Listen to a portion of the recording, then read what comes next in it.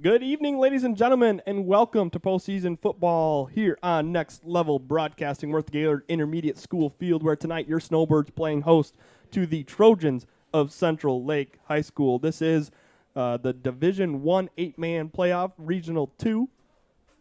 Central Lake at St. Mary. The winner of this game will go on to play Vesterberg or Misek. Those two match up on Saturday afternoon, so we'll know who our next opponent is should the Snowbirds win sometime on Saturday evening. Welcoming in the broadcast, Mr. Jack Cordy. Jack, these two teams played the first week of the season just 7 weeks ago, and it was all Snowbirds. Yeah, it was all Snowbirds, and they got out to a pretty quick start, scoring on nearly their first play. The Birds are looking to get after it tonight. It's kind of weird that it's a Thursday night. I keep thinking it's a Friday, looking forward to the weekend, but nope. Got to watch the football, got to get back to work tomorrow. One more day until everyone can enjoy their nice weekend. The weather has taken for the weekend. The season has taken a turn, Patrick, in terms of the weather. Big time turn. Yeah, I mean, it's a little chilly. Last week was chilly too, but I mean, it wasn't that bad. We were outside, so that was a little rough. But people, it's funny being up here. I'm looking out and watching the people warm up. No one gives any props to the cheerleaders. Oh. It has to be freezing standing there trying to keep everyone. I mean, it's one thing to stay warm, but you have to stay warm and try and keep everyone excited. yeah, I mean, that's a tough job, and a lot of times it's a thankless job. I also think about, like, the number 2s and 3s, second and third string players that are standing around. Yep. You're a lot colder than anyone that's on the field. If you're on the field, you got adrenaline, you're pumped up, you're sweating, working up a sweat. You don't think about the cold when you're on the field. But those number 2s and 3s, I feel bad for them. Jack, I'm going to send you the other booth. We're going to get your mic over there. We're going to hand it over to Mr. Dave Cordy for the pregame introductions. And while he's doing that, just a reminder, folks, again, this is playoff game number 1, Thursday night. We will find out who our next opponent is on Saturday afternoon. It's going to be Misek or Vesterberg, and we'll play them next Friday. All right, we're going to send this over to public address announcer Dave Cordy for pregame introductions. Number 68, Shane Talbot. Number 81, Mason Hopp. And number 84, Gavin Miller. The Trojans are coached by Chase Hibbard. And now the starting lineup for your St. Mary Snowbirds. Number 1, Tristan Glaspie. Number 2, Daniel Smith. Number 3, Dominic Keister. Number 5, Conrad Cordy. Number 7, Brody Jeffers. Number 8, Gavin Bevel. Number 10, Christopher Koshelniak. Number 11, Dylan Acevedo. Number 18, Brian Keister. Number 21, Patrick Ballinger. Number 24, Dylan Croft. Number 28, Brody Ingalls. Number 30, JT Greenier. Number 32, Donovan Blust. Number 33, Chris Grody. Number 48, Leo Warner. Number 50, Daniel Powers. Number 55, Ian Cool. Number 56, Logan Cherry. Number 58, Brandon Lewis. Number 60, Noah Ruth. Number 62, Nate Starsnitch. Number 63, Josh Herman. Number 68, Scott Metelsky. Number 74, Riley Bright. Number 78, Sam Sersely. And number 89, Ian Oliver. Snowbirds are led by Coach Kevin O'Connell.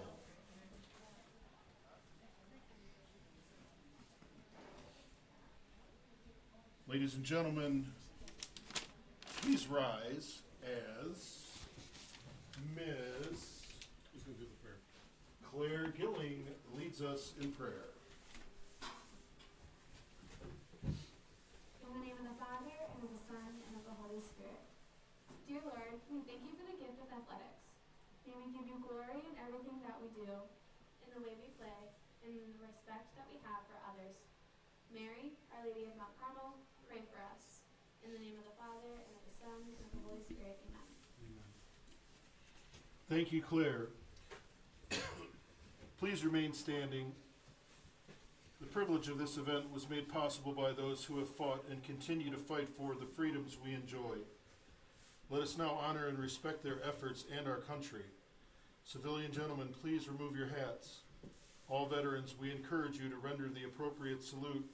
And everyone able, please stand at attention, placing your hand over your heart as we proudly sing our national anthem, led by Miss Gracie Bloost, Claire Gilling, and Eliza Hanley.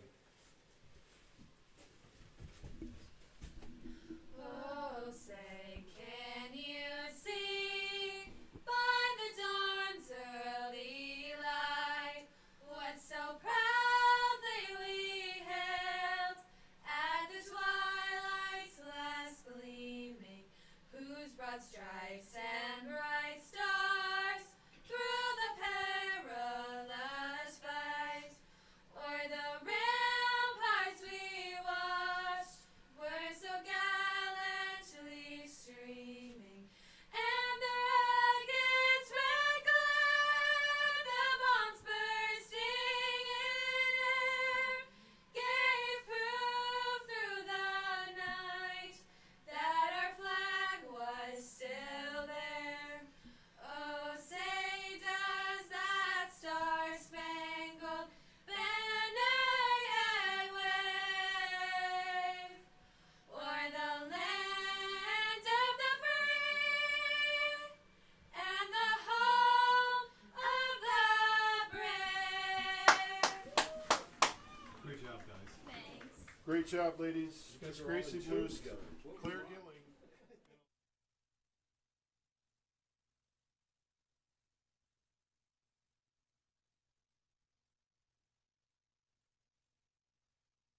Source and Gaylord Eye Care are proud to be offering their services to local communities across northern Michigan.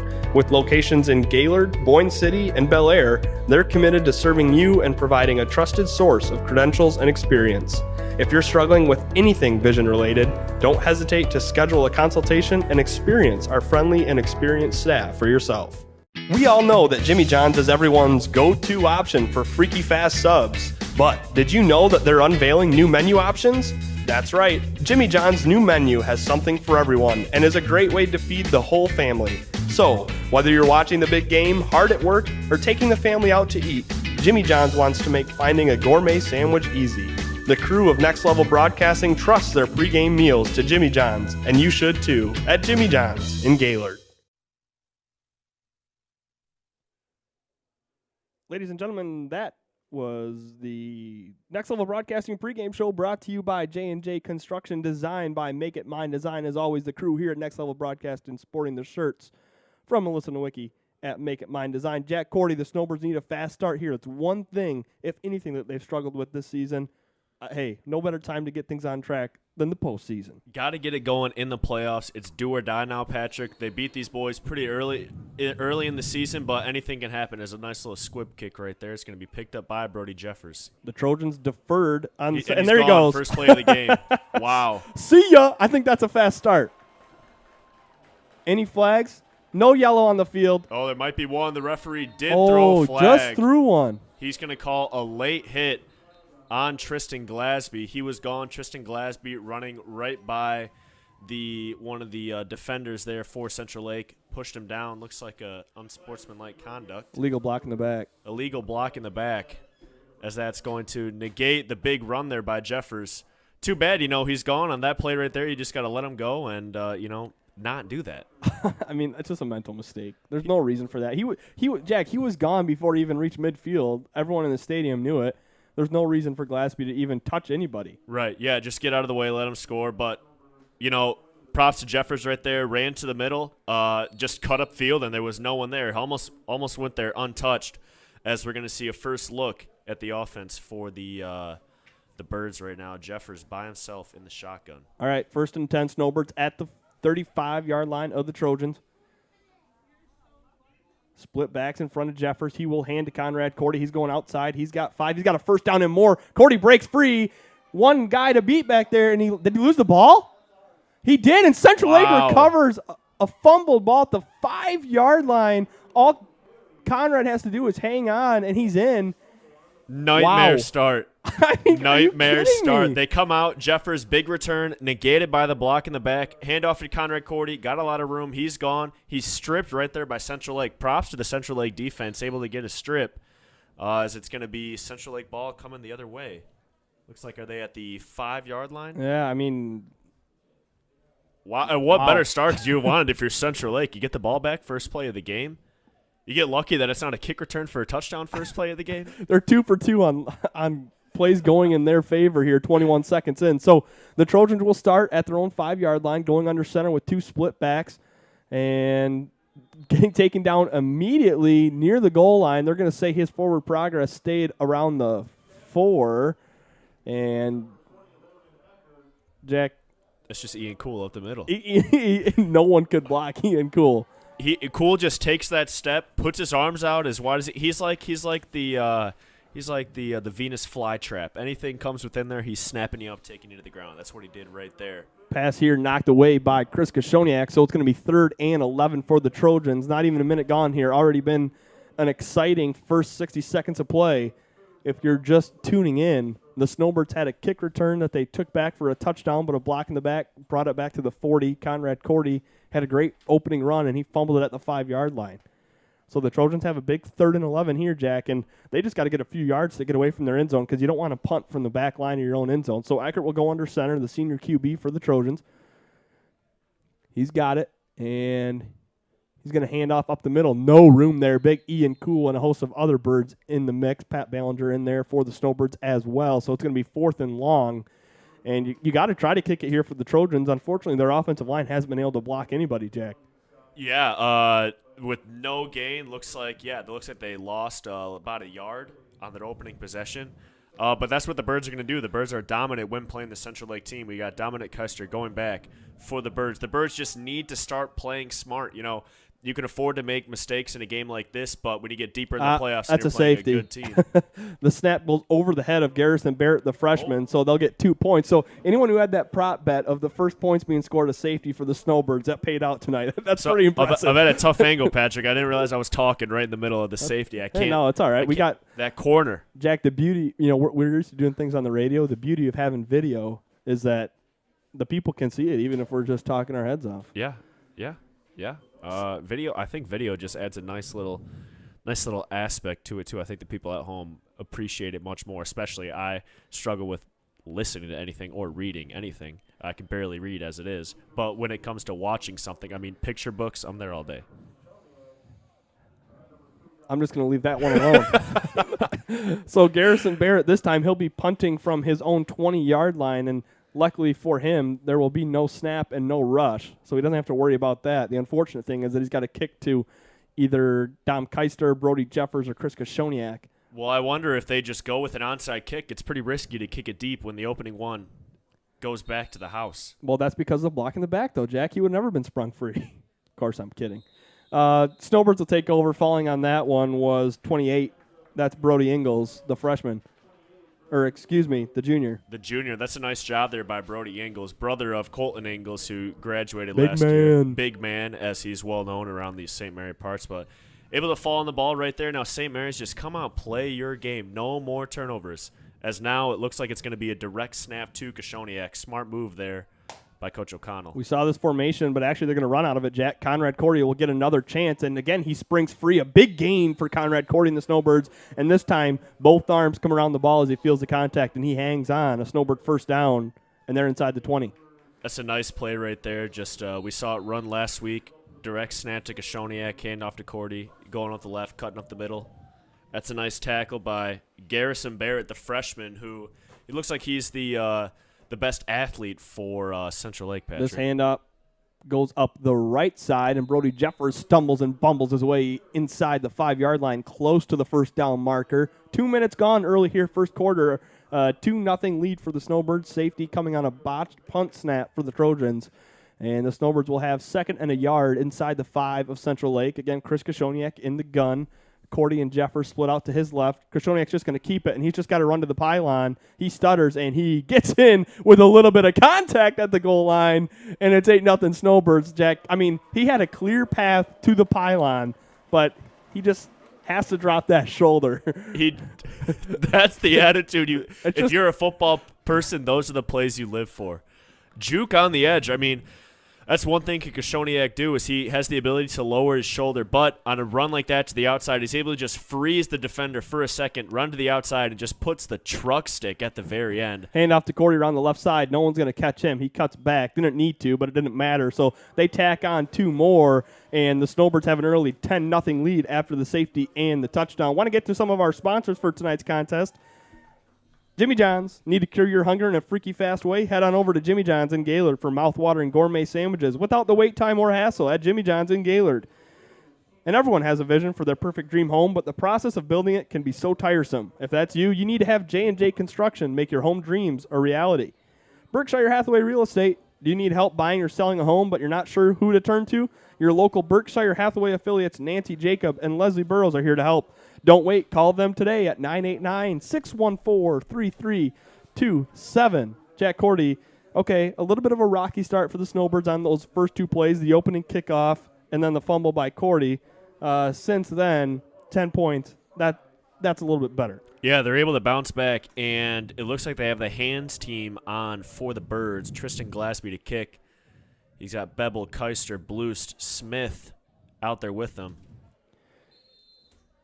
You know what, Jack, this night might be good for, as they do attempt a little squib kick, onside kick, and Central Lake finally able to fall on it. That's number 36, Jacob Genuine, the sophomore. Nice recover there by Genuine or Genuine, however you say it. Good recovery right there. Nice kick there, though, by Glassby. Ball goes end over end.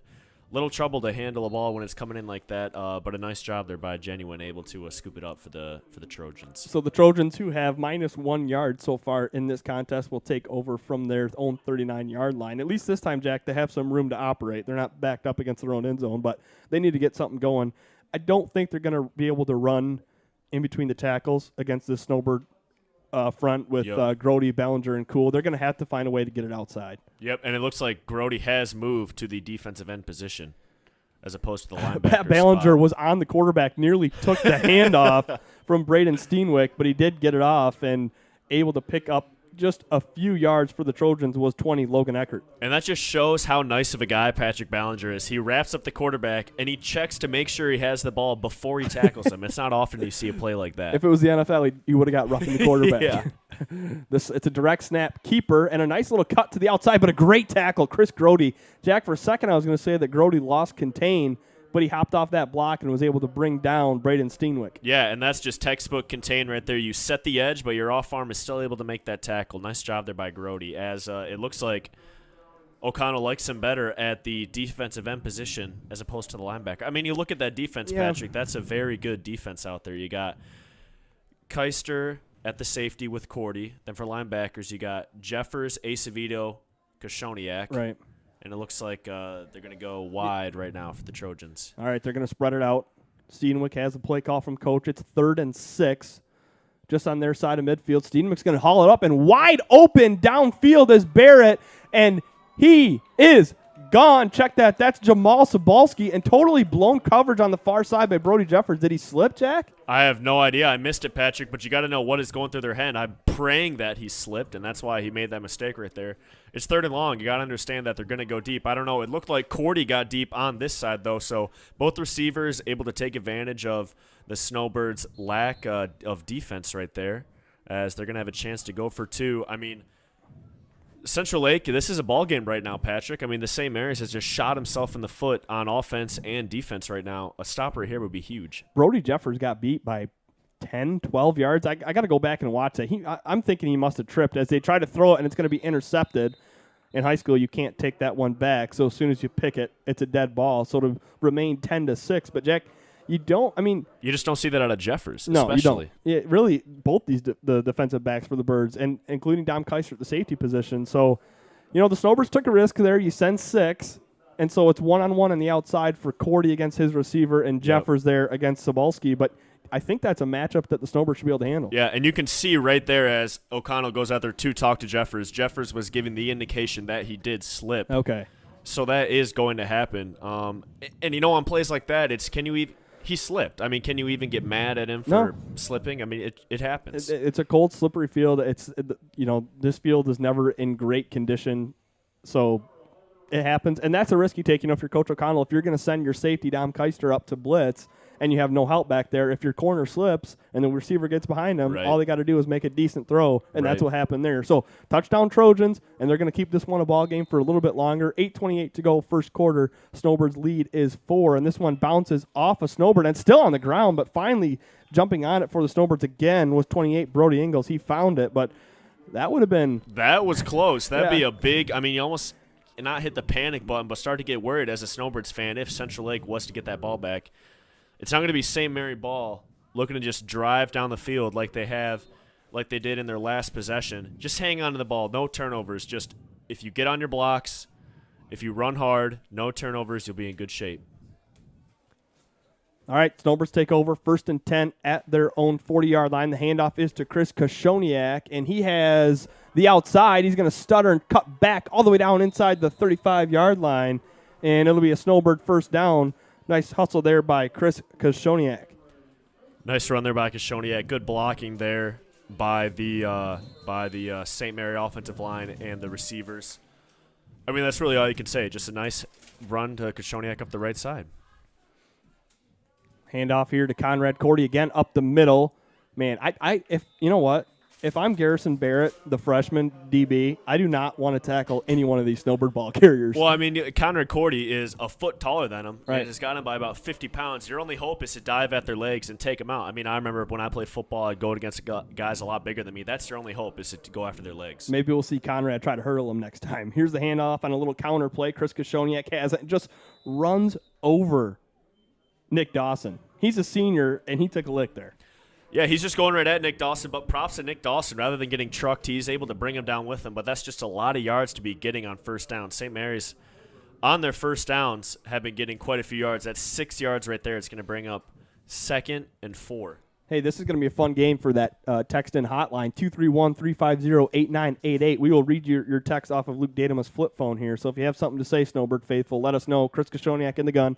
3 wide receivers out to his left. Dom Keister is to his right. He's going to drop back to pass. Has a nice pocket to work with. Here's the pass. It's overthrown. Not sure if it was for Jeffers or Keister. Both were in the vicinity, but it'll go incomplete, so it'll be 3rd and 4.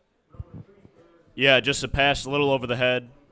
Could not tell who it was, as you said, Patrick, but that's a nice job by Koshoniak. I mean, Koshoniak just had all the time in the world. That's something that you can tell the St. Mary offensive line has been working on, as Koshoniak and a lot of these other teams we've seen, their quarterback hasn't had a lot of time to throw the ball, but props to the St. Mary offensive line right there. It's going to be 3rd down for the Birds. All right, Koshoniak still in the gun.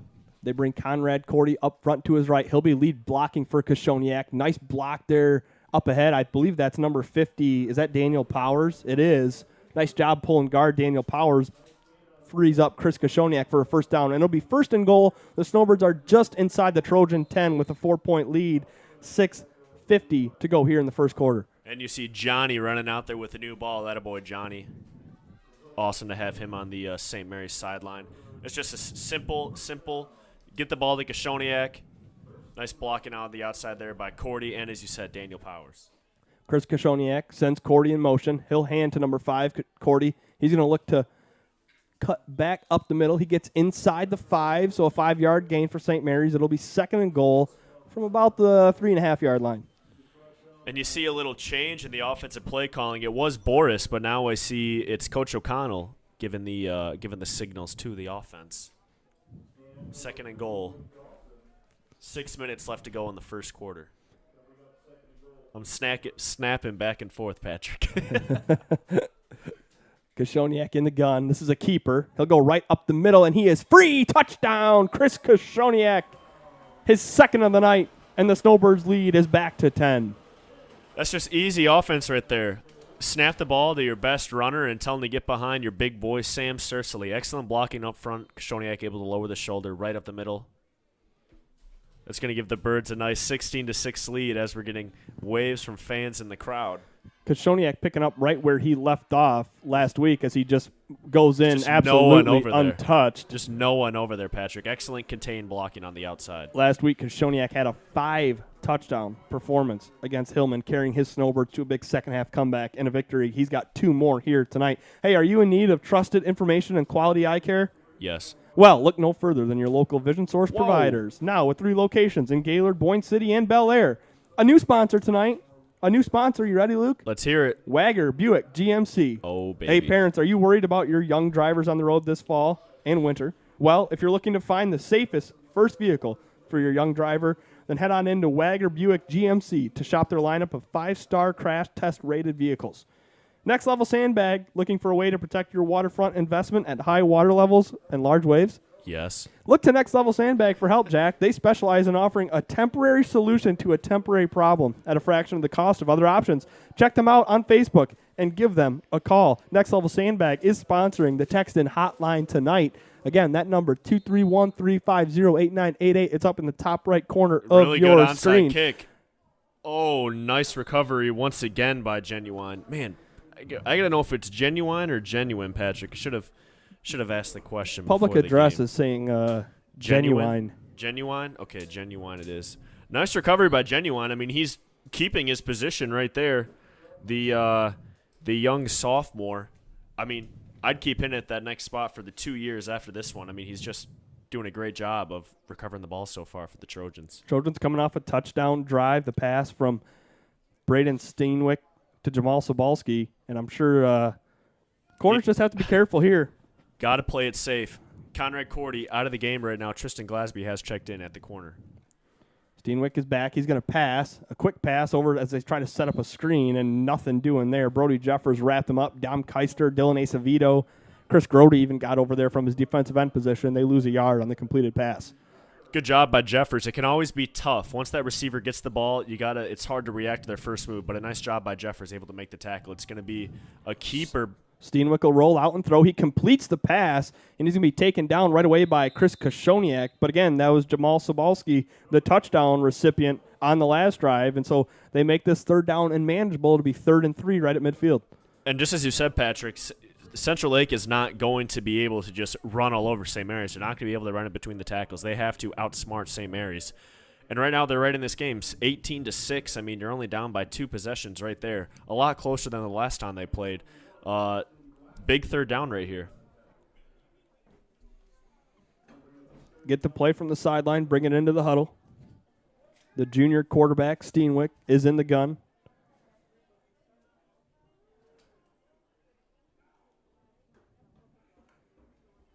Steenwick's got it. He's going to keep it, and there's nowhere to go. Pat Ballinger in there for the Snowbirds. Dom Keister on the blitz chased him forward, and PB put him away. And Keister is just so athletic. I mean, you could see it in any sport he does. He just is so explosive. He right there just shot out of the can, and in the backfield before the ball even reaches the quarterback, he's so fast. But nice job there by the Birds, and a nice job by Patrick Ballinger coming in and cleaning up the quarterback, able to get the sack. Going to be 4th and about 4 yards for the Trojans. Snowbirds will try to turn him over on downs. Ian Cool, Pat Ballinger, Chris Grody up front for St. Mary's. Corners again on an island for the Snowbirds, and they get him on a hard count. That'll be 5 yards going to our left, and that'll be a Central Lake first down. About 3 Snowbirds up front jumped on that one. Yeah, and that's something that St. Mary's has to work on. They did it last week. I think they've jumped at least in almost every game all year. That's just a nice job there by the Central Lake Trojans. Good discipline right there by the offensive line and receivers to not jump. St. Mary's jumped off sides and just gave him a gift of a free first down. Nothing better than a first down. Nothing better than a first down that you don't have to work for, Patrick. Yeah, I mean, when it's just handed to you. They'll take it. And there's nothing worse if you're a defense and you're about to get the ball back and you jump. Right. They're in Snowbird territory now, going under center Steenwick. He's going to drop back to pass, has some protection, throws deep, and caught again for the Trojans. It's Jamal Sabalski beating everybody on the Snowbirds once again. And Jack Cordy, what is going on with the defensive backfield? I don't know. I mean, 2 things as a defensive back: contain and don't let the receiver get behind you. That's the second time that the Snowbird defensive backs have let the receiver get behind him. Dominic Keister right there, but an excellent throw by the quarterback Steinwick to Sabalski. That's going to make it 18-12. Silent in the stadium right now. Silent.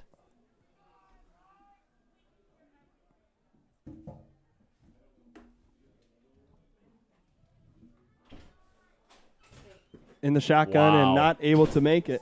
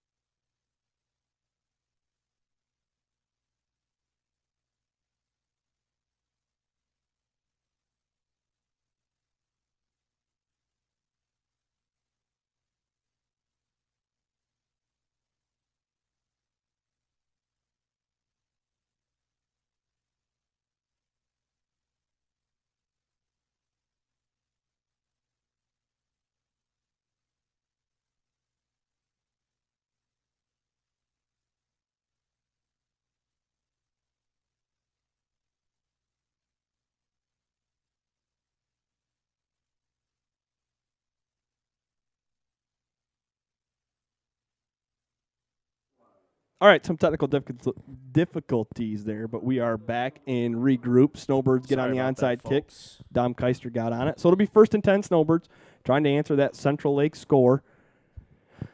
Handoff here, Brody Jeffers to Chris Koshoniak up got the a lot right of side. blockers. He's got the edge, and he breaks one tackle, breaks another. Chris Koshoniak could go. He's at the 10-yard line, down to the 5, and he is in the end zone. Touchdown, Chris Koshoniak just getting away from Jamal Sabalski, and, well, Just dragging guys in the end zone, Patrick.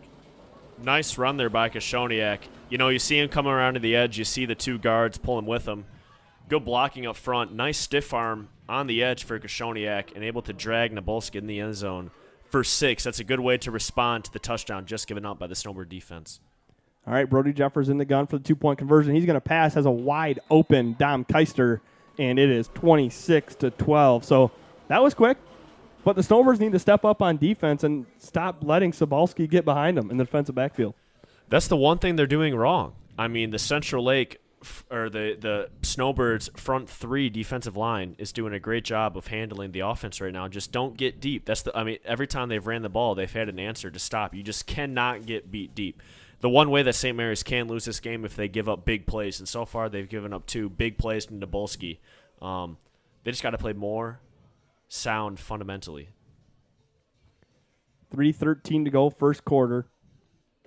Snowbirds need a defensive stop, if nothing else, just for a little morale boost for that unit on the other side of the ball. While we have a minute, we want to thank Marker Farms, located just outside of Elmira. They've been producing their special potatoes since 1915. Family owned and operated, and a guarantee of the best potatoes around. Again, that's a guarantee.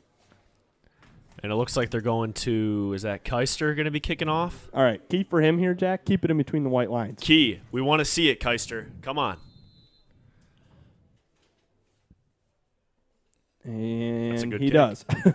It wasn't his full kick. He kicked it to the 30, and it will be returned. Tackle there made by Daniel Smith just past the 45-yard line, and that's where the Trojans will take over after 2 consecutive touchdown drives for the Trojans. But even then, the Snowbirds, nice tackle there by Daniel Smith. But that was a lot of room on the right side. Nearly a touchdown-saving tackle by Daniel Smith. That's a textbook tackle. Connor Cordy back into the game with Tristan Glasby checking out for the Snowbirds. I don't know. If you get beat, you're getting pulled. It seems like that's what's going on. They go with Cordy, then they go back, then they go to Glasby, then they go back to Cordy. I don't know, Patrick. As you said, just keep the receiver in front of you. But they're so close, pressing them right on the line of scrimmage. All right, we'll see what they cook up here. Again, Braden Steenwick, Jr., quarterback, as they send Sabalski in motion. Sabalski has it, but there's going to be an illegal motion penalty on the Trojans, so it'll back him up 5 yards. Sabalski's a good athlete. I mean, we've been ragging on the St. Mary's defensive backs, Jack, but we got to give him some credit too. It takes some. If Jeffers fell in the first play, okay, but that second play, they just got fooled, and Sabalski just got behind them. Yeah, and an excellent throw by Steinwick, able to float it over Keister and drop it right into the breadbasket of Sabalski. He's had 2 nice catches right over the shoulder. He's able to escape the rest of the Birds for a touchdown. And you're right, Patrick. You know we're talking bad about the St. Mary defense, but props to the offense there for the Trojans. 3:06 to go, first quarter. 1st and 15 after the false start penalty. Steinwick in the gun. He has it, ranges to his left, looking to his left, now looks back to his right. And that time Jeffers was there, but I believe coming down with the catch with an athletic play, Jamal Sabalski. And that time, that's just Sabalski versus Jeffers and advantage Sabalski there. That's just one-on-one, and I'd take Jeffers against just about anyone in this conference. But Sabalski able to rip it down over Jeffers. Sabalski is having his way right now, having himself quite a game. And that's exactly what you need. Players for the Trojans need to be playing great if they want to stay in this game, and you could tell that Sabalski wants to win. He's out far to the right. Here on the near side is Garrison Barrett, the freshman. Steinwick in the gun with Eckert to his left. Eckert's going to roll out to the left. Again, same play. They're going to go deep. Guess who? Sabalski. He has it. He beats Jeffers again. Touchdown, Central Lake. 3 drives in a row, Jack. Sabalski gets behind everyone, and that's another easy 6 for Central Lake. What do you do? I mean, you got Jeffers also. He's pressing that receiver. He's been up on Sabalski. I'm at a loss for words. That's 3 times in a row. St. Mary's has 3 times in a row in the first quarter. St. Mary's has let Sabalski run by him. It says the invisible man. And Jack, it's the same play. I mean, Yeah. they send out Eckert on a little wheel route out of the backfield on the opposite side, and then you just send Sabalski deep on a fly route, and Jeffers can't stay with him. All right, they're in the gun, and a little pitch here for the Trojans, and diving into the end zone for 2 points. That's a creative little play there. Garrison Barrett took it, and then a little shuffle pass up front. So all of a sudden, Jack, it's a 1-score game, 26-20, 2:20 to play first quarter. Just for as good as the Snowbirds have looked on offense, you just have a bad taste in your mouth with how this defensive backfield is playing. I think, unfortunately, you just have to double-team Sabalski. I mean, when you press him and then you have Keister float over top of him here's the thing, Jack. In my opinion, your front three is getting enough pressure. Bellinger, Chris Grody, and Ian Cool. Why not let Keister just play a center field and just play over the top? Right. And, and just shade them over to Sabalski's side because you know that's where their weapon is. I mean, no offense to Garrison Barrett, but the freshman who's 5'4" really isn't going to hurt you against Conrad Cordy. So if you want Jeffers to guard Sabalski, give him some safety help if he needs it. Or like you said, maybe come off that press a little bit, pay him 10 yards off the line so you're not going to get beat deep. Right. Well, they just need to find an answer. I mean, they need to find an answer. You just can't let Sabalski run right by you. It's going to be another onside kick. It's going to be picked up at the 35 by Jeffers. He goes up the middle. He's at midfield, and there's no one in front of him. No block in the backs. Jeffers is in for he marked him out. He said he stepped out. Him out of bounds. At the so 3-yard close. line. Wow. Nearly had it back. If I'm Central Lake, I'm not kicking a number 7 anymore. Excellent return there. No penalties, thank God, for the Snowbirds. It's going to be 1st and goal. 2 minutes left to go here in this first quarter. It's a shootout right now. The Birds looking to score ASAP.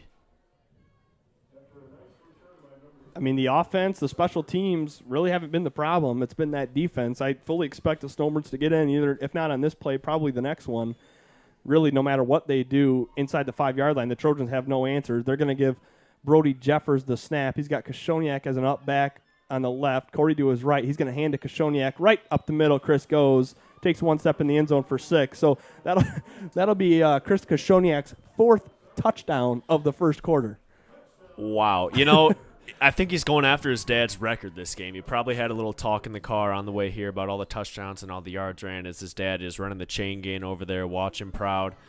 And I love how Kashoniak, he scores, but he doesn't, jog through the end zone. He just stands right at the goal line. Why waste more energy, Exactly. Brody Jeffers will take the snap for the Birds, up 12 on a 2-point conversion. Same play.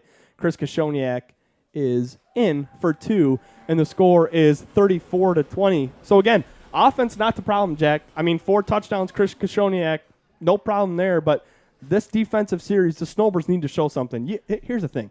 Central Lake is an inferior opponent, and it's no disrespect to them, but We beat them 57-6 in the first game of the season. Right. There's no reason for these touchdowns to be happening. Yeah, St. Mary's has the bigger team, but right now Central Lake is playing more disciplined. I mean, it's good route running by Sabalski. It's good route running by Steinwick. You can tell that they've practiced that. You can tell that they've come into this game knowing that is what it's going to take to win.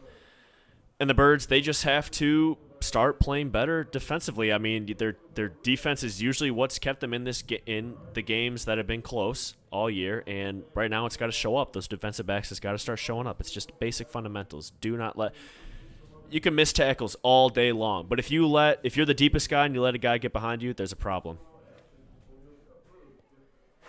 2:05 to go first quarter. It feels like we've played 3 quarters of football. We haven't even played 10 minutes.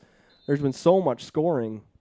54 points. Folks, if you had the over tonight, you're going to be in good shape. And we got an offsides. One of the Snowbirds was ahead of Dom Keister. That's a creative little play, though. Kick it straight up in the air and let one of your guys run under it. Yeah, and it's too bad that was offsides because that was a beautiful kick by Keister. Right over to the side, floated up just perfectly where none of the Trojans were there. But just a little bit offsides is the referee's making sure that everyone stays behind the line. Props to Keister, though, too. You can tell he's practicing his kicking, keeping it in between the lines. Love to see it. So it'll back him up 5 yards. Let Keister kick one deep here. What do you think? I would love to see how far Keister can kick. Let him launch it. And keep it in between the lines. He does. Again, that's not his full boot, though, Jack, as he bounces it at the 25-yard line. It's picked up there by Garrison Barrett. He gets to the 35, past the 35, brought down by Brody Jeffers at the 37-yard line. That's where Central Lake will take over. All right. Can we beat this dead horse anymore, Jack? Don't let him get behind you, and it's just frustrating as a defensive back when your boys are, and it's very frustrating if you're a lineman or a linebacker when you're doing your job and you see the ball go in the air, and you see the receiver have the ball and the defensive back is nowhere near him and they're running for the end zone. So it's frustrating to see being in the position where you're more up front defensively. But Jeffers has it in him. We said last week he rarely makes a mistake, and this game he's made a couple of mistakes, but there's a lot of time left. He has time for redemption. All right, Steinwick hands it off up the right side. There's it's a fumble on the play. Snowbirds fell on it. Who fell on that for St. Mary's? That was 11, Dylan Acevedo coming up with the ball. I don't even know why I asked. I should have just known. That was so quick. You're right. He's always there. He's a ball hawk. And that happened so quick, Patrick. Barely know what hit me. Well, I mean, I guess that's one way to stop their offense. And if I'm Central Lake there, the pass game's been working for me. I'm not even attempting to run that football against the Snowbird front. Why not just drop back and pass? But goes the Snowbirds' way, so we'll take it. Brody Jeffers stands on the 40-yard line of the Trojans. He's in the gun. He will hand off. Nope, he's going to fake it, roll out to the right side. Wide open upfield is 24, Dylan Croft, and he is gone for 6. The freshman, Dylan Croft, getting involved. Sophomore to freshman connection, and the Snowbirds stretch the lead again. Dylan Croft making big plays. Not looking like a freshman out there. He got a new helmet as well. New backplate. He's looking very sharp out there. Nice job there by Jeffers. Jack's able to always fake the talking handoff. always talking about the clothes and equipment. Hey, look good, play good, baby. That's what my coach always said. Right now, the St. Mary's is looking good. That's a nice catch there by Croft. Nice throw there by Jeffers. Good play design by O'Connell. Kashoniak. St. Mary's has got a 2-point conversion right there. That was Kashoniak again. I'm a big fashion guy, Patrick. I know. What, I just want to make you look good tonight too, Patrick. Sporting it's a nice dad look. You got the nice hoodie, nice jeans. Looking fly, Patrick. Hey, I appreciate that. If anyone's Datama looks fly as well. I don't even need to say that. It goes without saying. Looks pretty fly too when he's flipping his phone up to answer calls. Hey, if you want to reach out to that phone and shoot us a text on the Next Level Sandbag text-in line, the number is 231-350-8988. It's up there next to our logo on the top right of your screen. Shoot us a text. Let us know what you think of this first quarter of football. Yeah, we're still in the first quarter, 42-20, 146 to go. We might be here till 11:30. Even we though might get into the triple digits. Jeez, oh Pete. They're on pace to score 168 points. Hands team back out there. I don't know if this is the hands team or just the general coverage team. I guess for St. Mary's, when you kick it off onside 75% of the time, they're kind of the same thing. Keister to kick once again for the Birds.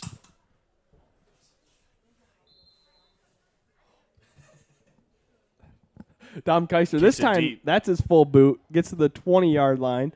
It's picked up there by a Trojan and missing a couple tackles are the Snowbirds and another one. They're just going for the hit. They're not wrapping up. So they get out to the 40-yard line. That's where Central Lake will take over. Yeah, and very surprising to see Keister running there, trying to lay the boom, and gets a nice lick on him, but bounces off. You got to hit and wrap up. Hit, wrap up, bring him down. The Snowbirds, will be a better test for them defensively. Last time, Central Lake fumbles on the very first snap, and the Birds are able to score relatively quickly. Let's see what Central Lake has this time. You have to see the pass coming out every single possession now, Patrick. We'll see what they do with that defensive backfield with Keister, Cordy, and Jeffers. Dropping back to passes, Steinwick. He's looking over the right side, and a big hit leveled by Chris Koshoniak. And no chance at catching that one was Logan Eckert coming out of the backfield. And Steinwick right there, lucky that Koshoniak didn't catch onto the play quicker, rolling to the right. I mean, that's just a nice play design. You take your two receivers, Barrett and Sabalski, cross them over the field. It looks like St. Mary's, defensively, they're going with a man-to-man concept. So you cross them over the field, and then the running back just slips out on the left side. Koshoniak just lays the boom on your running back. I mean, if you're Steinwick, you got to protect your receivers right there. I don't know. In his defense, I don't know if he saw Chris coming. Yeah.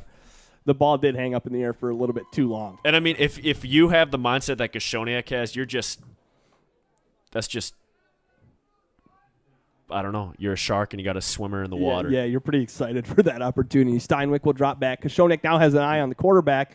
He gets it off, and it's going to be incomplete. Throws a little bit behind Nick Dawson, the senior receiver. So with a minute and a half to go first quarter, it's a 3rd and 10. So far in those first two plays, they look a little bit better. They're looking better coverage downfield, but the St. Mary defensive line is just doing a great job. But you have to understand this is a passing down. This is most likely going to be a pass. If maybe a screen pass, you got to see it coming defensively for the Birds. I think with how aggressive Coach O'Connell and the Snowbirds are, they're probably sending Acevedo and Koshoniak here, and I think they will drop back Keister to play a little bit of a zone as a safety, and he is going to shade towards the far side of the field, towards Sabalski. Acevedo's actually going to drop back. Cordy's in position. He's got an easy pick.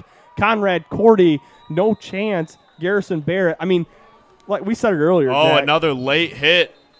Okay. Who? That's going to be against Ian Cool right there.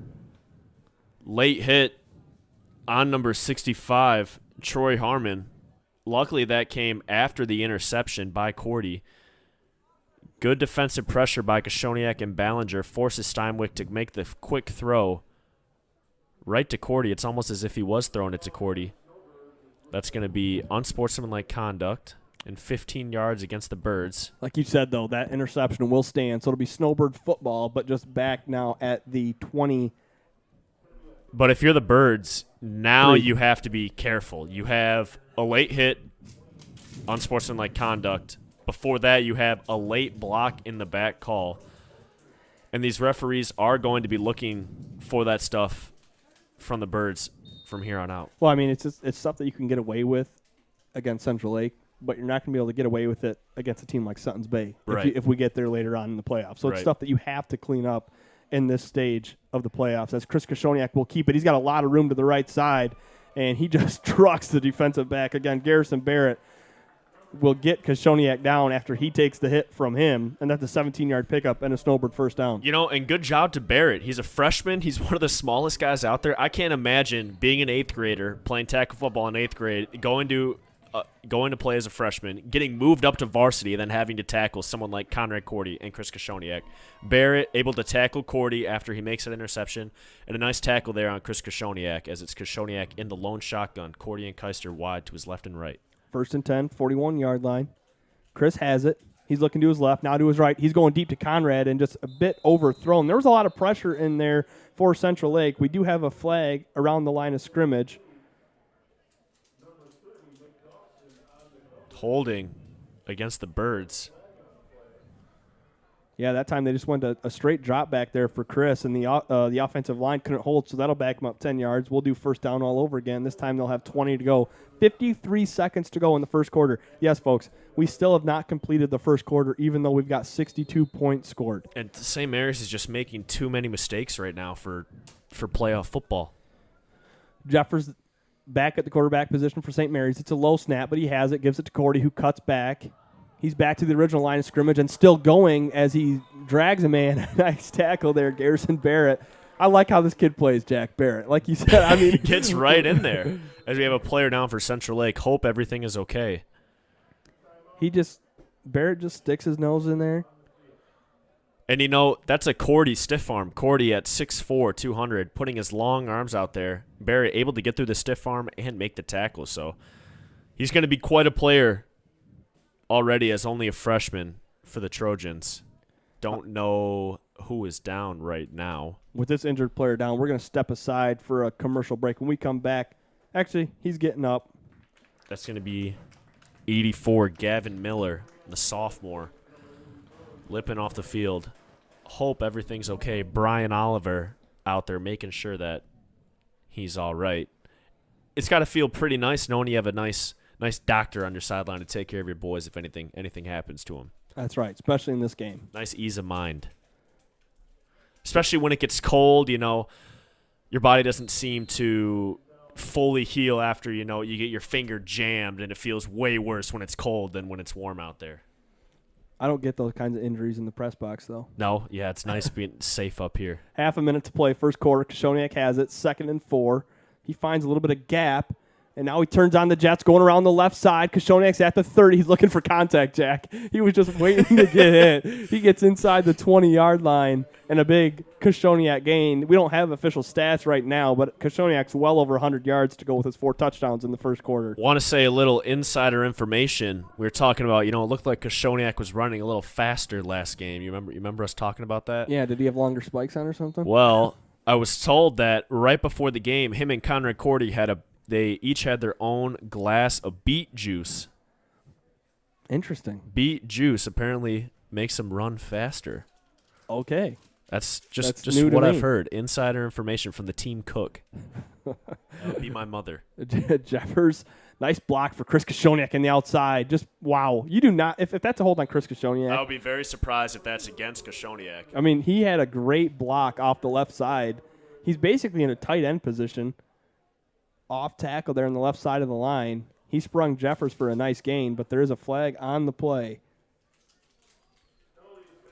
I wish we could know what number it was against. If it was against Kashoniak, I'd be very surprised. But as well as being one of the best runners on the team, Kashoniak is, again, one of the best blockers. He just has that football mindset of, if I'm the one matched up on you, I'm going to win that matchup. Well, he just loves contact, and we see that when he has the ball, and we see it when he blocks. It's just don't get in number 10's way. And I don't care if you're bigger than Chris, he's coming at you.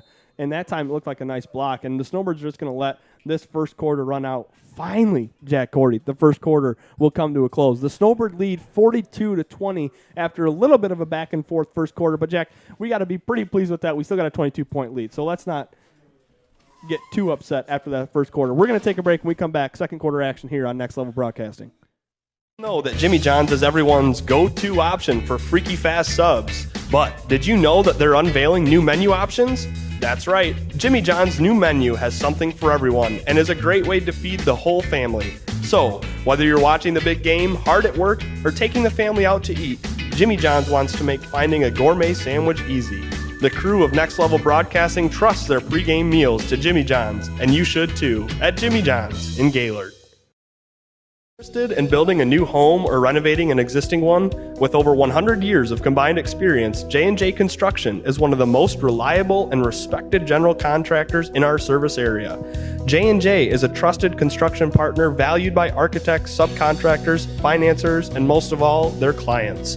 J&J Construction has been completing quality homes and improvement projects that add value to the communities they serve. They bring a passion for innovation and a commitment to quality to every job they do. Call them today. Welcome back to second quarter action here on Next Level Broadcasting. Snowbirds will have it 1st and 20 at the Trojan 24-yard line. Koshoniak in the gun. He hands to Jeffers, turns upfield. He's got to lead Baca. Keister, he cut back up the inside, and Jack, he had a touchdown if he bounced it to the outside. He had a touchdown right there, but that's a good play defensively by Barrett. It was Jeffers, Keister, and Barrett. Barrett faked to the outside, forces Jeffers to cut up the middle. Barrett able to make the tackle.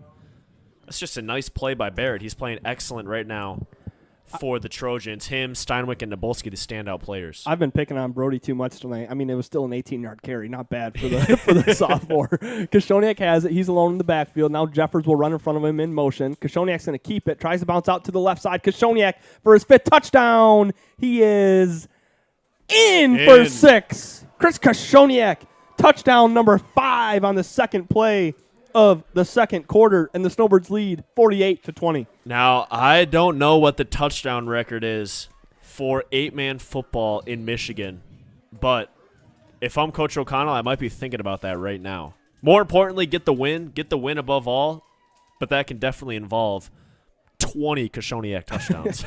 he could pretty much, I mean, I think he could get it no problem. Yeah, as he checks out of the game, going with the big boy package up front for the Birds. Brody got Cersley and Cool both on the right side. Grody at fullback, Dom Keister at the tail. He'll get the toss up the right side, gets around the edge, and he walks into the end zone. 2-point conversion good, and the Snowbirds, with 30 seconds gone in the second quarter, have just scored their 50th point of the game. 50-20. As we said, Patrick, it just might get to triple digits. We're talking about how this is a football game, how Central Lake is right in it. Blink of an eye later, they're down by 30. Yeah, yeah. one fumble, and they can't stop the Snowbirds' offense. They really can't. Their athletes are very good. They got the big boys up front. I mean, it's just St. Mary's is just the better team, as you said earlier, Patrick. It's hard to say St. Mary's is just the better team, though. Playing very good against the Trojans, but the Trojans still have had some bright spots. They've had Steinwick making great passes. Right now they've got Barrett and Nabolski back there looking to make a play. Anything can happen in 8-man football, folks. I don't know what happened. Luke, did you not pay for your minutes this month? I'm getting no text messages on the text-in hotline here on your flip phone as Keister kicks off for the Snowbirds, going back to retrieve it at the 19-yard line for the Trojans.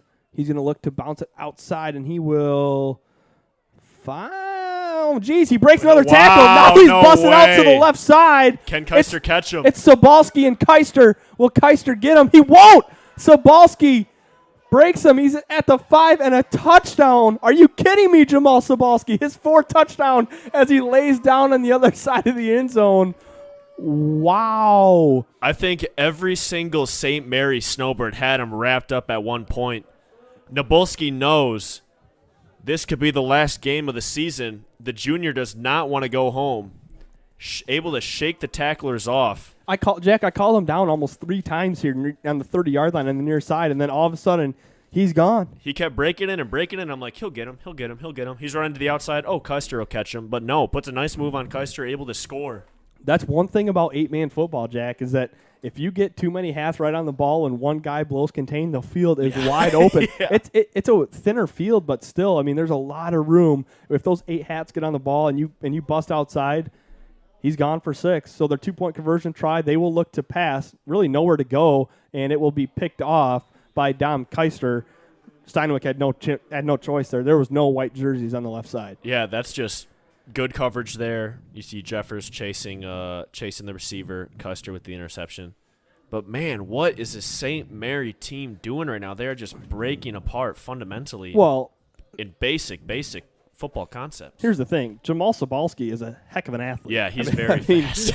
Yeah. He is a really good athlete and a good football player. He has every touchdown for the Trojans, and it's 50-26.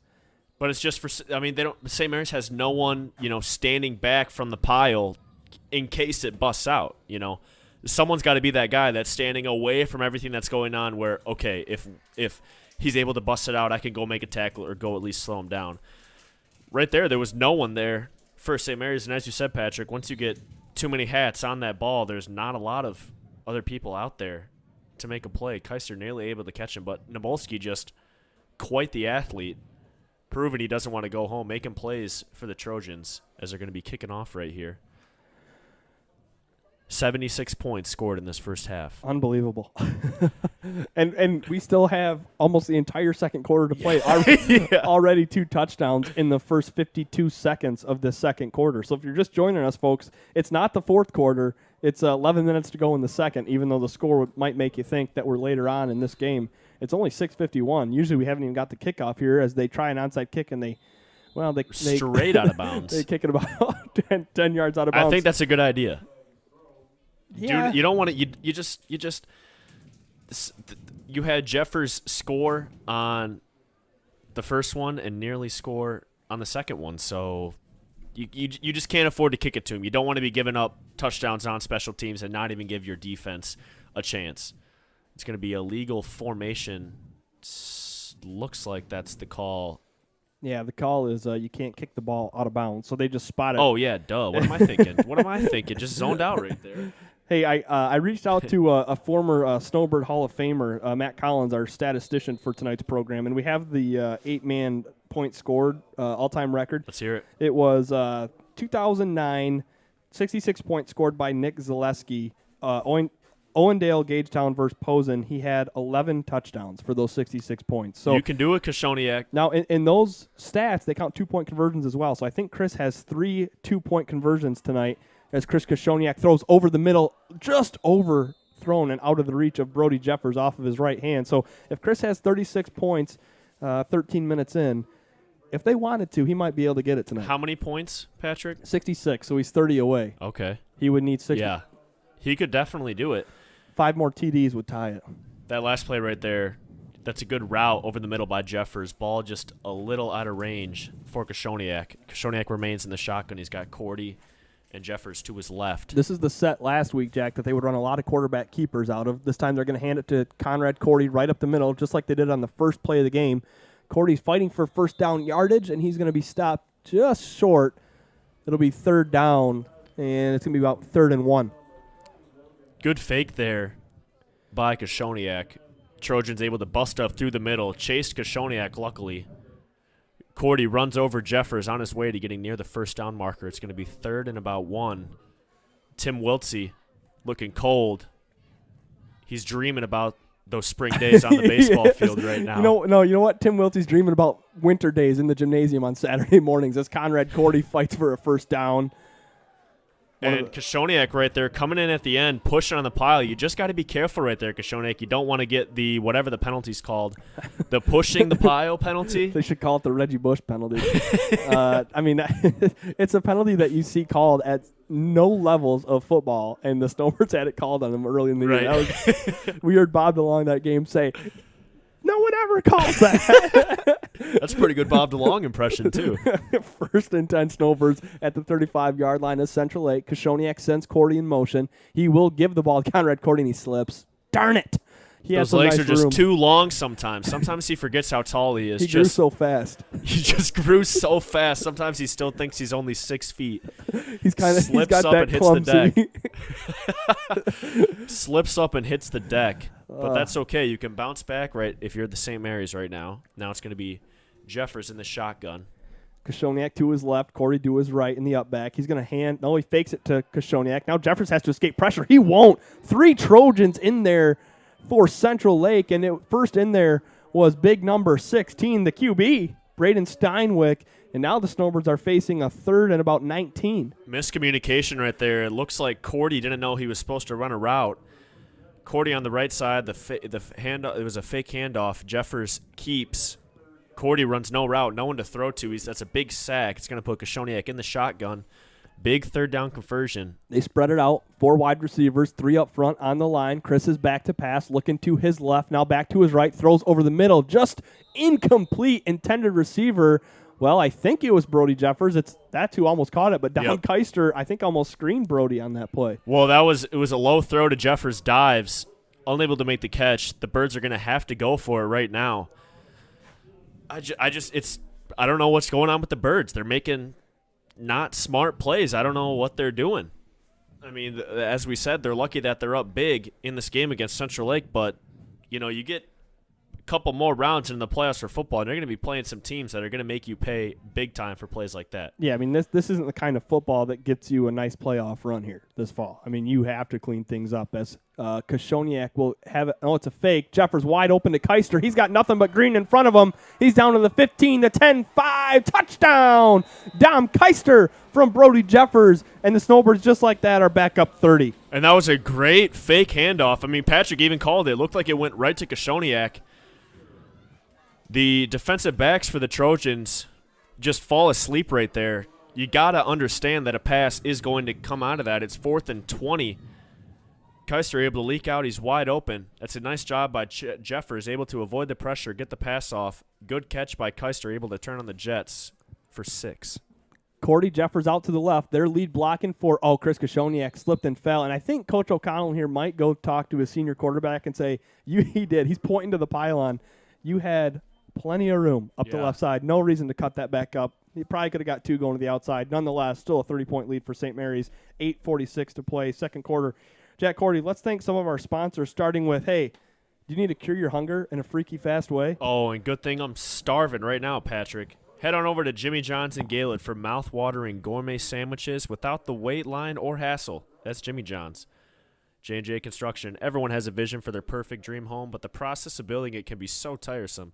If that's you, you need to have J&J Construction make your dreams a reality. Berkshire Hathaway Real Estate.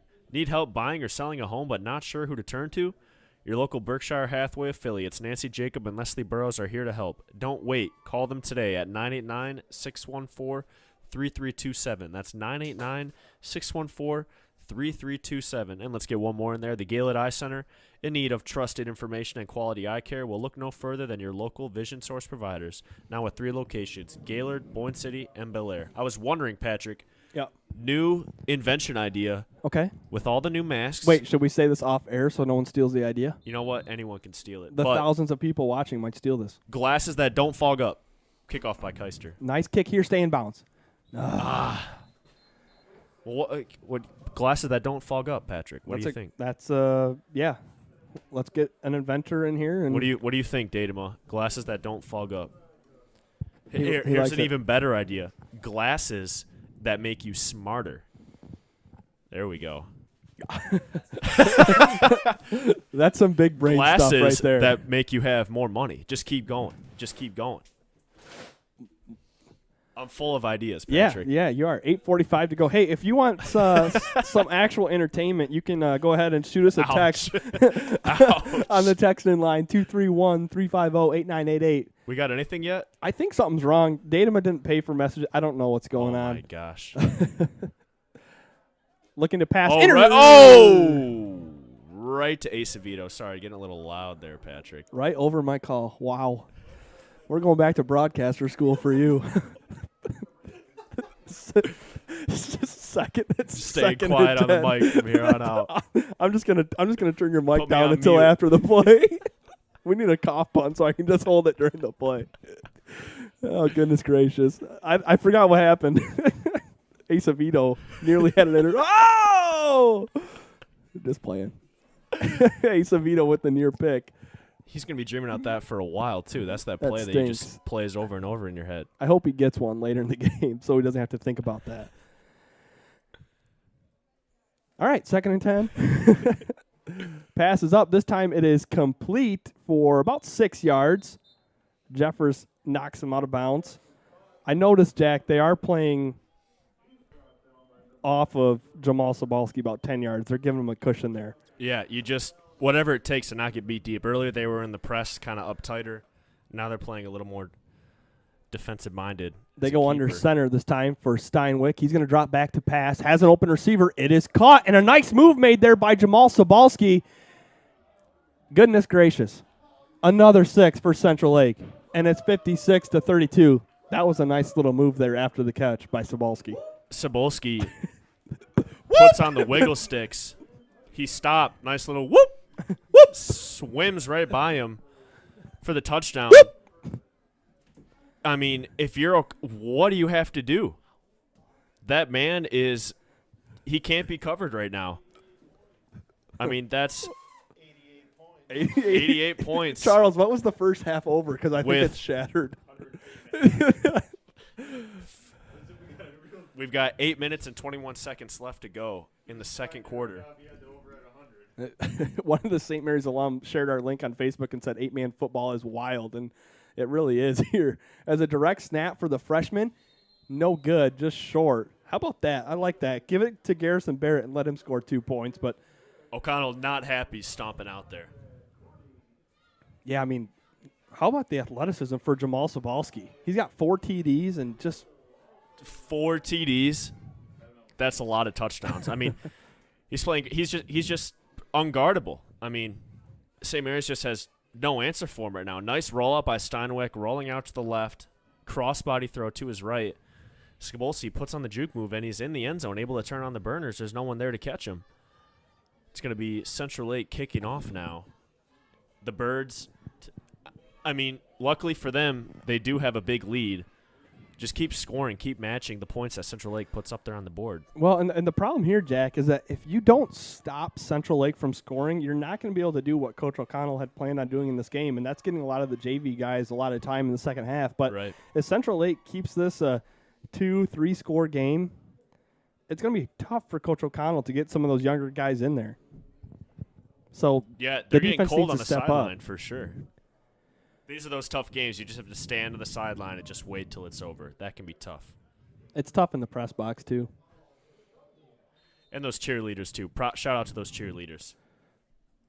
Kick from Barrett gets picked up by Koshoniak at the 25. He gets out to the 35 and the 40, makes a move at the 45, up the left side at the 45, now the 40, cuts up the middle, hits Barrett, and the kicker drags him down at the 32-yard line. So keep that all-purpose yard meter ticking for Chris Koshoniak, the big return into Central Lake Trojan territory. Central Lake, just stop kicking it deep. Just do not kick it deep. You either got Jeffers or Koshoniak to return the ball for the Birds, and they are tearing it up right now. Now St. Mary's is going to have a 1st and 10 at the Trojan 33-yard line. I don't even know if I should read this on air, Charles. Christopher Koshoniak in the shotgun, Cordy and Jeffers to his right. Messages are flying in on the line. It was from Charles. Oh, Chris Koshoniak keeps it. good Oh, no, blocking okay. there. Decent blocking on the edge. Koshoniak able to run up the right side and get about 8 yards right there. St. Mary's has been able to do just about anything they want offensively besides the lone fumble on their first possession. All right, this is from 2012 St. Mary alum Luke Wisniewski. He said, number 10, that's Chris Koshoniak, runs like Todd Gurley. What do you think of that, Jack? It's like Todd Gurley. I mean, seeking out contact, I guess. You Yeah. can make the comparison. Chris Koshoniak here keeps it. Data just gives me a look. He's gone. 6 touchdowns for Koshoniak, a 24-yard scamper. Give him 6 touchdowns. We're having a lot of fun in the booth tonight, folks. Doing anything we can to stay warm. Nice run there by Koshoniak. Good blocking all around by the Birds. Koshoniak turns on the Jets. Able to go in for an easy 6. It's now going to be Jeffers in at the quarterback spot. Whoop, whoop. Brody gets it. Oh, and stopped immediately was Conrad Cordy. Nice tackle by the QB, Braden Steinwick. And so the 2-point conversion is no good. 62-32, back to a 30-point lead for St. Mary's. Out of nowhere, someone gave me hot chocolate. It's pretty good. That was from our executive producer, Charles Oh, Strail. geez, Charles, he's so quick. He's so quick. The perks of being big time, being a big time broadcaster. You know, free hot chocolate. Yes, that's what we are, right? Yeah, big time. Well, we could get to some of our ads here. There's been a lot of 30-point game. There's been a lot of uhs. There's been a lot of whoops. There's been a lot of noise going on in this game. 94 first half points. Let's hear about Wagger Buick GMC. Parents, are you worried about your young drivers on the road this fall? No, not really. Oh. Well, if you're looking to find the safest first vehicle for your young driver, then come into Wagger Buick GMC to shop our lineup of 5-star crash test rated vehicles. We've also got Next Level Sandbag Looking for a way to protect your water investment from high water levels and large waves? Look to Next Level Sandbag for help. They specialize in offering a temporary solution to a temporary problem at a fraction of the cost of other options. Give them a call, 231-350-6738. That's 231-350-6738. Another kick out of bounds. Man. At least a kick not taken to the house. Hey, that's a good point. I don't want it to happen against Pelston. It's now happened tonight. I just don't want to see it anymore. I shorted Sabalski a touchdown. I said he had 4. He actually has 5. I forgot about that special teams TD. Him and Koshoniak racing to the record. Yeah. Well, let's hope Sabalski doesn't get there. Jeffers way off Sabalski. Steinwick in the shotgun. Steinwick's got it. Drops back to pass. Sabalski on a little slant and go, and he's behind Jeffers again. Jeffers made a nice play on the ball, though. The ball was a little bit underthrown, and Brody was there standing at the 40-yard line. Just a little slant and go route there for Sabalski, and you knew where he was going. That's good coverage there by Jeffers as well, but he's turning the wrong way, Patrick. He's turning the wrong way. Okay, explain that to the viewers. Okay, so what you got to do, if I'm pressing a receiver and he runs to my left, I have to push into the receiver and turn into him. Keister's got the pick. And he's at the 40 on the run back. Now to the 30. Dom Keister busted outside to the 20. Cuts back at the 15. Dom inside the 5. Oh, he's brought down near the 2-yard line. Dom Keister with the pick. Nearly a pick 6. And that's just perfect coverage. I'm talking about the proper coverage. Excellent job there by Keister. Soaring up with 2 hands over everyone else. Gets the pick. He's running down. As I was saying earlier, Patrick, with that defense, you got to turn into the defender. So runs on my left hip. I got to press him, push him towards the outside. I got to get then my right hand and my right hip into him, Patrick. So then I got to keep him on the outside. Jeffers, what he did is turn the other way, which makes your footing a little off, and you can't run as quick, and you can't make as quick of a defensive play. But Jeffers able to knock it down incomplete regardless. He's just such a good athlete. Nice interception there by Keister. What do we have, a flag here on the return? Guess so. I thought he looked clean to me. Must have missed it. Going to be 1st and 10 at about the Trojans. 59-yard line. 59-yard line going in. That's a tough yard line to be at. Jack, there's no longer yard line. I'm never going to let that go. When you said the 51-yard line, I will not let that go. Koshoniak on the keeper. Tries to get to the outside, and he trucks a defender. But, Jack, even on that play, it's the little things. He's carrying the ball on his inside arm. Yeah, he's carrying the ball on the inside arm, but he's still able to get the truck stick right there.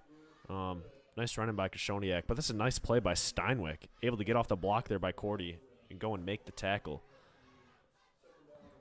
Koshoniak, he's the kind of guy, doesn't matter if you're bigger than him, smaller than him. He's putting his shoulder into you, and he's taking you for a ride. Jeffers will take the snap here for the Snowbirds. He fakes the handoff to Cordy, drops back to pass, rolling to his left. Now he's going to tuck it and keep it. Gets near first down yardage. I think they'll mark him out of bounds, about a yard short of the marker that's at the 30 or the 32-yard line. They'll mark him at the 33, so it's 3rd and 1. 6 minutes, 22 seconds to play, second quarter. And it looks like on that play again, some more miscommunication on the play. Jeffers dropping back, looking for a pass, but there's no receivers downfield for the Birds. Jeffers remains in the shotgun. Maybe it was a design run, but it looked like he was looking downfield for a receiver. There was just none there. Bobbled snap, broken play. Jeffers keeps it, though. Now he's got some room. He'll get a block from Cordy on the outside, springs him to the 15, into the 10, near the 5-yard line. It'll be 1st and goal for the Snowbirds. So high snap, comes down with it, makes something out of nothing. It's 1st and goal. As you said, Patrick, I was going to say the exact same thing, making something out of nothing. Jeffers able to corral the snap, run up the right side, gets a decent block there by Cordy on the edge. It's going to bring up 1st and goal for the Birds. 6 minutes and 7 seconds left to go in the second quarter, folks. Second quarter. My goodness. 62 to 32. Jeez, oh, Pete's. 8-man football is wild.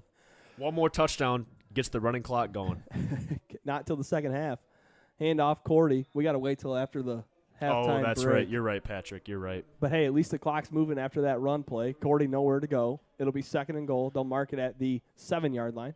Good job there by the Trojans, able to bust up through the offensive line. They've done it a few times tonight, but that time right there able to tackle Cordy for a loss. About 7 yards to go to the end zone for the Birds. Looking over at Coach O'Connell, their fearless leader. Kishoniak's got 6. You think they're going to let him get 7 before the end of the half? I just keep feeding the beast, Patrick.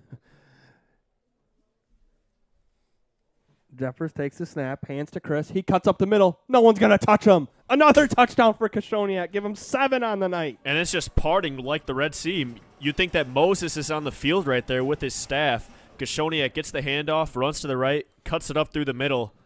There's no one there for Central Lake. That's an easy snap handoff score for the Birds. Looking over to O'Connell. That's triple digits. We're at 100 points for the game right now. Jeffers on the keeper. He's going to throw, range into his left. Dom Keister, a spinning catch for 2 points more, and it is 70 to 32. I want to give a shout-out. You load us out there. Jeffers, Cordy, Keister, Cersei, Kishoniak. All those guys and Glasby, they're all playing without gloves on. It's one thing for your hands to be cold, but then when they're with no gloves, you don't have that extra, at least they can get warm a little bit, and it's much easier to catch the ball. So shout out to those guys for playing tough out there. Cold nights like this, once your hands get cold, it's pretty much over, but we're on the football field. You got to power through it. You got no choice. A lot of points scored in this first half right here. Yeah, what else can you say? 5 minutes, 14 seconds left to go in this second quarter. Are we ever going to get to halftime? Is it 9 o'clock yet, Patrick? Hour and 15 minutes, and we haven't even played a half of football. That's just what happens when Wow. there's so much scoring back and forth. It's a shootout. Yeah, and it's starting to get more one-sided as we go. This has to be the most points that Central Lake has scored in a first half all year. Yeah, Their only win was against Bel Air, where they won at a score of 32-30. Right. Yeah, they scored a lot. It's been all Sabalski. He's been a stud for them in this game, and he's a only a beast. junior. Keister will kick off. Keep it in between the lines. Nope. Man. You had a couple earlier. He's got to be frustrated by that. That one right there, it's luckily he can make up for it defensively. Yeah. It's got to be tough in the NFL. You miss a PAT, you're on yourself, but then you're over on the sideline by yourself, kicking into the net, I'll get the next one. You have to hype yourself up. And you have to think about kicking. Yeah, Keister can go out there and take his anger out on the offense, as it looks like we have a change. We're going to have Gavin Beble. He's in at free safety for Keister. Tristan Glasby, he's in at corner for Cordy. Dylan Croft there at backer as well for Chris Kishoniak. Pass is up, and Sabalski has it to the 30, 25, 20, 10, and Sabalski will not be outdone by Chris Kishoniak as he picks up his 6th touchdown of the night. You just have to wonder what is going through Jeffers' head. He stood there, watched Sabalski run right by him and catch a Wow. Props to Sabalski right now. He's putting on a clinic showing these Snowbirds that they need a little more practice at coverage for defensive back, just getting burned over and over again. Excellent job by Sabalski, though. Nothing more than you could say. Quite an athlete for the Trojans. Jeez, just like that, Patrick. Just like that. First One down. play. First Gone. down. Ran right by him. He's just a great athlete, Patrick. There's nothing more you can say about it. He's a great athlete, that's for sure. Braden Steinwick, he's going to get the Snowbirds to jump, so it'll cut their distance to go in half. And I don't know if I've ever seen a longer first half of football. I don't think there ever has been one. I don't think so either. I don't even know, does that clock have the ability to get the triple digits, or are we stuck at 2 digits? I know that our scoreboard doesn't have the ability to get the triple digits. Oh, great. Not in the budget yet. 2-point conversion was good. He's able to get in there. So the total score goes to 110. The Snowbirds have a 30-point lead, and this has got to be frustrating for Coach O'Connell. It's got to be very frustrating. I mean, what more do you say? Don't let them get behind you. That's pretty much all you can say.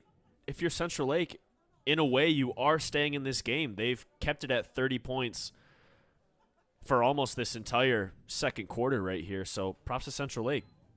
Keeping even minus the 30 against the Birds. Alex Pudviniv here giving us a quick heads up on the camera. Almost forgot he was in the studio today. Freezing out there. He's staying alive, though.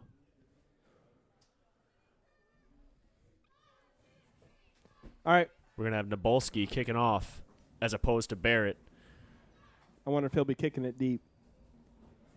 I don't know. Been kind of doing the squib onside style kick, so we'll see what Sabalski does.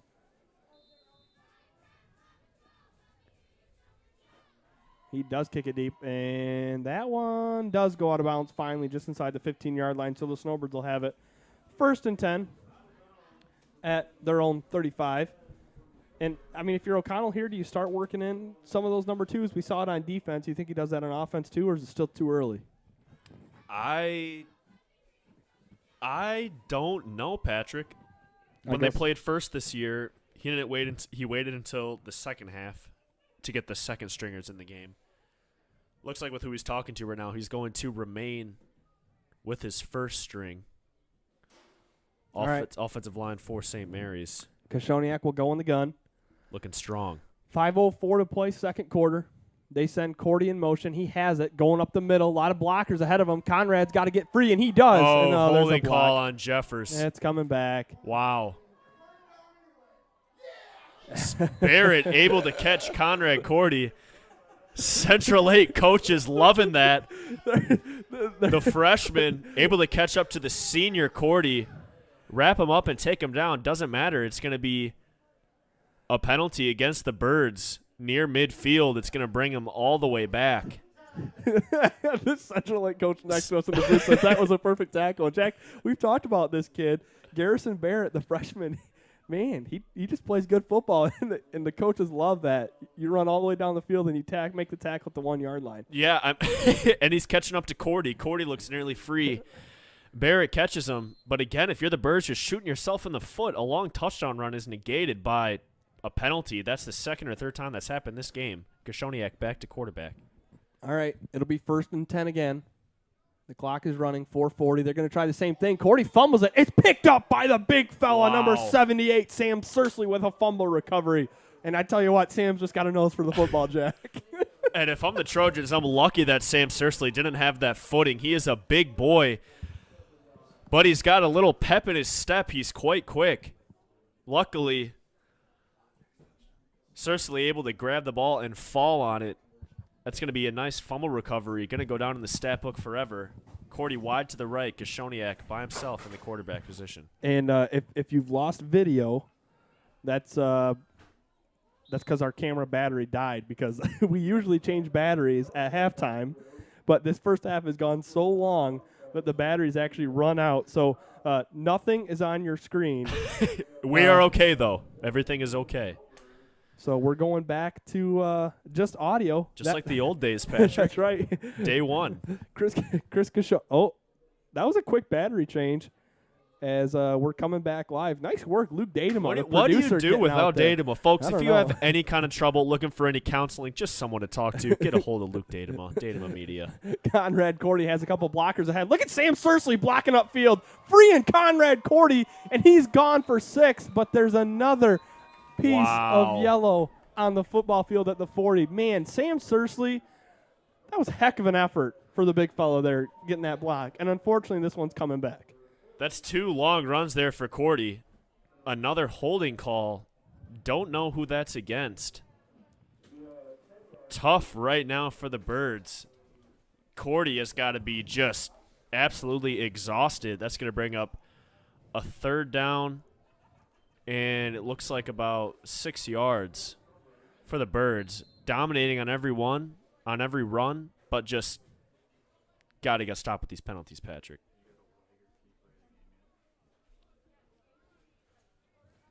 Jeffers in the shotgun. Cordy to his right. Koshoniak to his left. Jeffers got it. Steps back, looks to pass, looking up the right side, going deep for Cordy. Makes an adjustment on the ball. He's got it, and Conrad Cordy has 6 for the Snowbirds. I don't see any flags. It's good. Touchdown. No flags. Nice job there. Good route running right there. That's Keister running up the middle of the field. Cordy going on the wheel route on the outside. Decides to go to Cordy with the nice catch and a touchdown right there for the Birds. Going to bring up a 2-point conversion. 3 minutes, 39 seconds left to go in the second quarter, folks. The second quarter, not half, quarter. Jeffers hands to Cordy, and he's in for 2. It's 78-40. And on that play right there, just excellent blocking by Christopher Kashoniak on the edge. I mean, that kid can't do anything wrong in this game. What's our total now? We need a calculator. we need Luke, what is it? Luke, what is it? Come on. That's got to be 118. 118. Thank God for executive producer Charles behind us. Yeah, I don't know what the first half over was, but it's been shattered for about an hour. 78-40. If you are Central Lake, you can't. Your offense is doing so well, you can't even be upset. You have to go into this game knowing that St. Mary's is going to be able to do whatever they want offensively. Well, they're killing it. I'll tell you on this. Their side. Coach O'Connell's going to be the first head coach in the history of football at any level whose his team scored 78 first-half points, and he's going to be infuriated at halftime. And he's going to lay into these boys, even though they scored 78 points. So Keister kicks off, and this time he does keep it in bounds. It's fielded at the 20-yard line, and slipping down at his own 27 was 36. That's Jacob Genuine. Field is getting icy out there, folks. It's getting slippery. It's tough to make cuts like that when the field is so icy. Who do we got up there? We got defensive line. Yeah, pretty much. Patrick Ballinger, Chris Grody, and a new face in the middle. That's Noah Ruth. We saw him a little bit. Number 60. Yeah, Noah Ruth. We saw him a little bit last week in the second half against Hillman as they went to a little bit bigger defensive line. He was in there with Ian Cool and Pat Ballinger. Cools starts this defensive series on the sideline. Chris Grody in at right end, and they hand it off up the middle, and going for about 2 yards was Nick Dawson. Brings up 2nd and 8. Good job by Keister. Able to come down, make a nice tackle there on the Trojan runner. Ian Cool getting oxygen on the sideline, ready to go in there and make plays for his team. You got Colton Ingalls on the sideline getting nice advice to Conrad Cordy after his nice touchdown play. Sabalski wide to the right. Jeffers backing off of him, refusing to let him get beat deep. Here comes the blitz. Passes up, Sabalski. There's a lot of contact there, no pass interference, so good coverage there for Brody Jeffers that time, knocking it out of the hands of Sabalski. That's good coverage right there by Jeffers. Textbook. Able to turn and knock the ball out of Nabolski's hand. Nabolski with nearly the one-handed catch. Steinwick, it's a clear, obvious strategy. Just hurl the ball to number 13. He's probably going to come down with it. Yeah, that's pretty simple. Do you think that's the play call? 13, go down there. Yeah. Chuck it up. Do whatever you got to do. Hey, just get open. That's what get open. The old tag football in the yard. Here, just get open. Exactly. Steinwick back to pass, makes a nice move on Dylan Acevedo. Now he's going to look to throw, and he has Sabalski over the middle of the field trying to break a tackle, and he does, and then Jeffers, the ball comes out, and it's going to be picked up. That was a big hit on Sabalski, and he lost the football, and we'll see. That should be Snowbird football. I think one of the referees accidentally blew his whistle, Patrick. I don't think he knew that the ball was out. Right. That's a huge hit there by Dominic Keister. Man, you hope Sabalski's okay. Yeah. He's been fun to watch. They're going to say that his forward progress was stopped, so it'll be 4th down. Probably the right call there, Jack. I think he was probably stopped. Yeah. And those plays are just dangerous. I mean, Dabolski's out there. He's giving a little juke move. Jeffers is trying to bring him down. You know, while you're putting on those moves, all the other defense has their eyes set on you, and they're coming to make a big hit. So Keister comes down, makes a big hit. We're going to get a timeout here by the Trojans. While we have a timeout, we're going to welcome on our executive producer, Charles Strail, to talk a little bit about what we're doing here at Next Level Broadcasting, what our future plans are. And, Charles, just talk a little bit about what this whole deal is here at Next Level Broadcasting. Well, thank you, Patrick, for bringing me on. Well, you're the boss. I had to. Anyway, but before we get into that, let's just talk a little bit about the game tonight. Crazy scoring tonight. If you're watching from home, if you're watching from your couch, you're probably on the edge of your seat right now because we got a 78-40 game, and we're not even at halftime. So, obviously, we're proud to bring you Snowbird football at Next Level Broadcasting. We hope you're enjoying it. We hope you're enjoying our coverage. If you'd like to be part of Next Level Broadcasting with our coverage of Snowbird football, then you can either reach out to me, get in touch with us via our text-in line, or you can find my number on our Facebook page as well. Get a hold of me, and then we can set something up so you can be a part of something great as well. Anything else to say, Charles? What's the over/under line set at for the rest of this one? The live over/under. Well, the live over/under is currently going to go with the Dow Jones. What the Dow Jones went to today, so like 26.5 for the over/under right now. So 265. Yeah, I'm betting the under.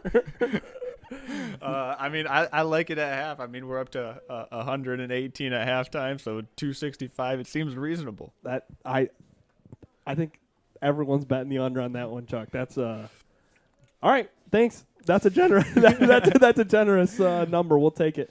That's right. Well, you don't bet the team, you bet the number. That's right. So anyway, because we know the good teams win, but great teams cover. That's right. All right, Charles. And if you're looking to help cover Next Level Broadcasting, you can get a hold of me. We'll put something together. Be happy to talk with you and service you as well. Thanks for the time, Charles. Thanks for all you do to keep these shows running smoothly. He's been bringing us concessions all night, folks. We've needed it in this long game. So we're finally back to the action. This pass is overthrown, incomplete. It'll be a turnover on downs, and what a goofball he is, right, Jack? Such a goofball, dude. Such a goofball. You just with that mop on top. But he's a good guy. Hopefully Sabalski gets back out there. I see Sabalski. We had a substitution. Look, what was that number 36, Patrick? Was that Genuine in the game for Sabalski? Yeah, and I think there was a little miscommunication. Steinwick was missing Sabalski on that play because he knows where he's going to be up the sideline, and that time it was just he zagged and he should have zagged. So Snowbirds got the ball. Anyways, Chris Koshoniak in the gun. He's going to hand to Conrad Cordy. Conrad Cordy goes off the outside, and nice job there by a couple Central Lake Trojans. Barrett was in there, and then coming in late was Nick Dawson to finish off the play. So Cordy gets 8, and the Snowbirds will have it 2nd and 2, 2:04 to play in this first half. And, folks, the first half might eventually actually come to an end. There were some doubts a little while ago. It's getting close. It's getting really close. As we said, it might happen. 1 minute and 50 seconds left. St. Mary's knocking on the door, looking to add another 6 to their score. Jeffers fakes the handoff to Koshoniak. He's going to try to step up to pass, but nothing's there. The offensive line couldn't hold, and it'll be a sack. So it'll bring up 3rd and about 6 for St. Mary's. $1.50 to play first half. That's a good job by the defensive line for the Trojans, able to bust in there. Luckily, they were able to. Jeffers had Dylan Croft running wide open down the field, as we're going to have Koshoniak in at shotgun for the Birds. Jeffers, Cordy up the left side. Chris Koshoniak will keep it going that way. Has a nice block up ahead of him. He will try to stay inbounds, but they'll stop the clock. They'll say he did go out of bounds after he picked up first down yardage. So 1 minute, 3 seconds to go, and it'll be a first down for the Snowbirds inside the red zone at the 19-yard line. And that play it's there all night for the Snowbirds. Trojans haven't been able to do anything to stop it. It's just a simple put Jeffers, Cordy on one side, Keister at tight end on the other. Direct snap to Koshoniak. Well, it's money. Well, this is the play that brought St. Mary's back in that game against Hillman as Conrad Cordy gets it, cuts up the middle. He's got some room up the middle inside the 5. Touchdown, Conrad Cordy. And the Snowbirds break the 80 mark in the first half. They're up 84-40. Touchdown right there. Nice run by Conrad Cordy. Up the middle, puts the stiff arm on at the end there. Easy 6 for the Snowbirds as they are starting to roll.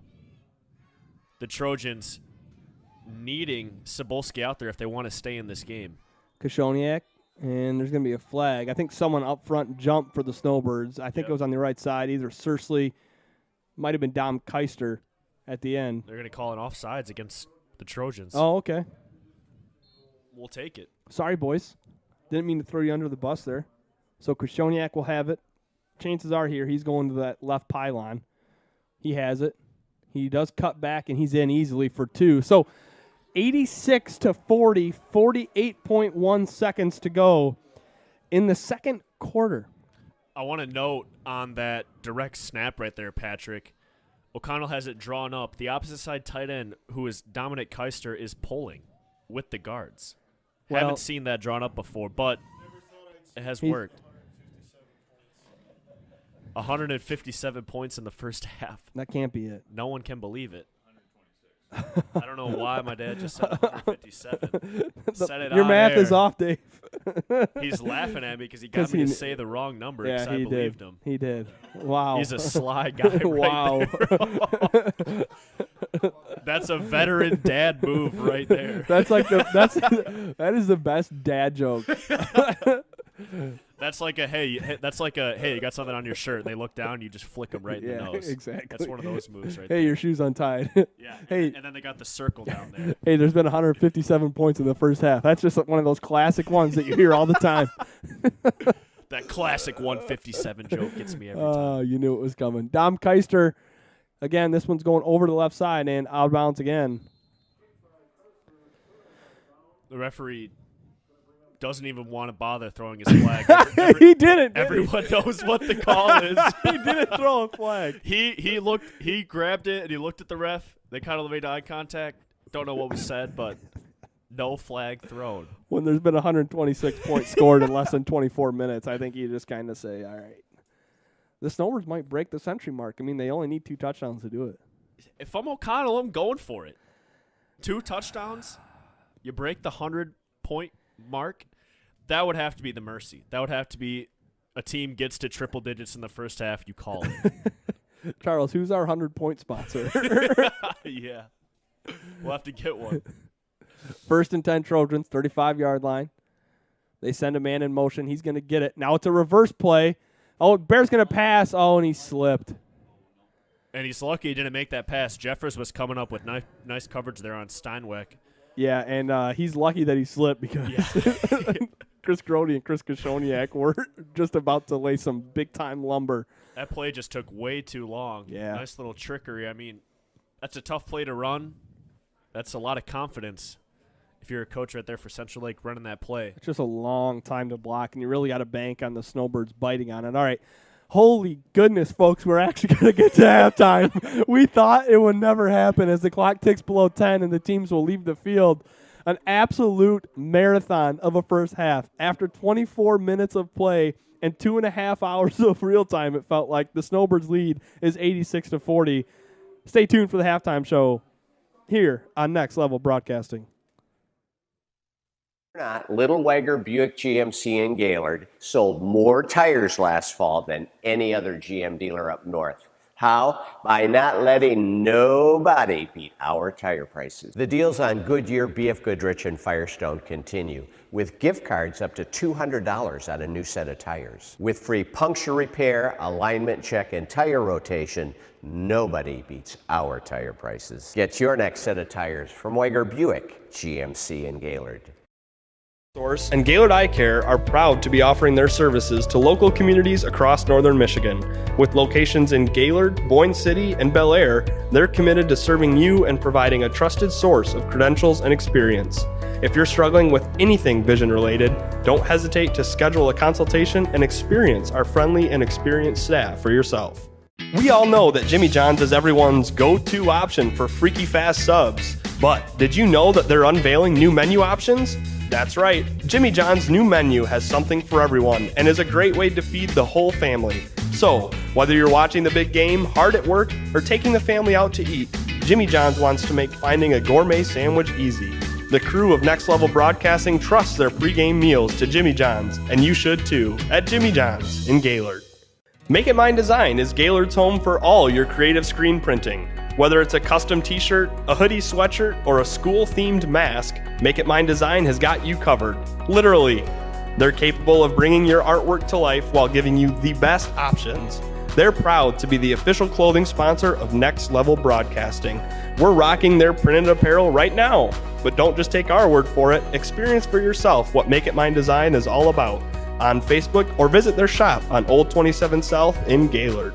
Interactive entertainment is taking the world by storm. Travel to a medieval castle, a safari in Kenya, the Mad Hatter's backward world, or immerse yourself in the mystery of the Bermuda Triangle, all at Petoskey's No Way Out escape rooms. If you are ready to put your group's brains, wits, and skills to the ultimate test, then book your experience today at NoWayOut.com. You can also check out No Way Out's brand new Walking Fall Clue Hunt Adventures. No Way Out Escape Room wants you to know that it follows all CDC mandates of sanitation protocols to ensure a fun and safe environment this fall. No Way Out Escape Room. Are you interested in building a new home or renovating an existing one? With over 100 years of combined experience, J&J Construction is one of the most reliable and respected general contractors in our service area. J&J is a trusted construction partner valued by architects, subcontractors, financiers, and most of all, their clients.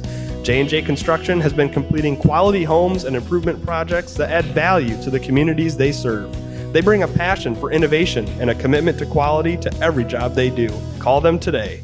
If you're looking for your dream home or nervous to purchase your first home, then you need to contact Leslie Burrows and Nancy Jacob, your local Berkshire Hathaway affiliates. They're a real estate tandem you can trust. And after serving Northern Michigan and all the surrounding areas for over 30 years, there is nothing that they haven't seen. If you're making a long-term commitment to real estate investment, why wouldn't you seek the counsel of long-term, proud, and proven agents? They're here to help you make the right move. Call Nancy at 989-614-3327 or Leslie at 989-614-1114. Hello, this is Charles, founder of Next Level Sandbag. And right now, it doesn't take more than a glance to see how high the water levels are in northern Michigan. As we know, lake levels go in cycles, a few years high, a few years stable, and then a few years low. I started Next Level Sandbag to give you a temporary solution to a temporary problem. Our services can save existing break walls, trees, lawns, and other features you want to protect from high rising water and at a fraction of the cost of other options. To learn more, visit Next Level Sandbag on Facebook and then give us a call.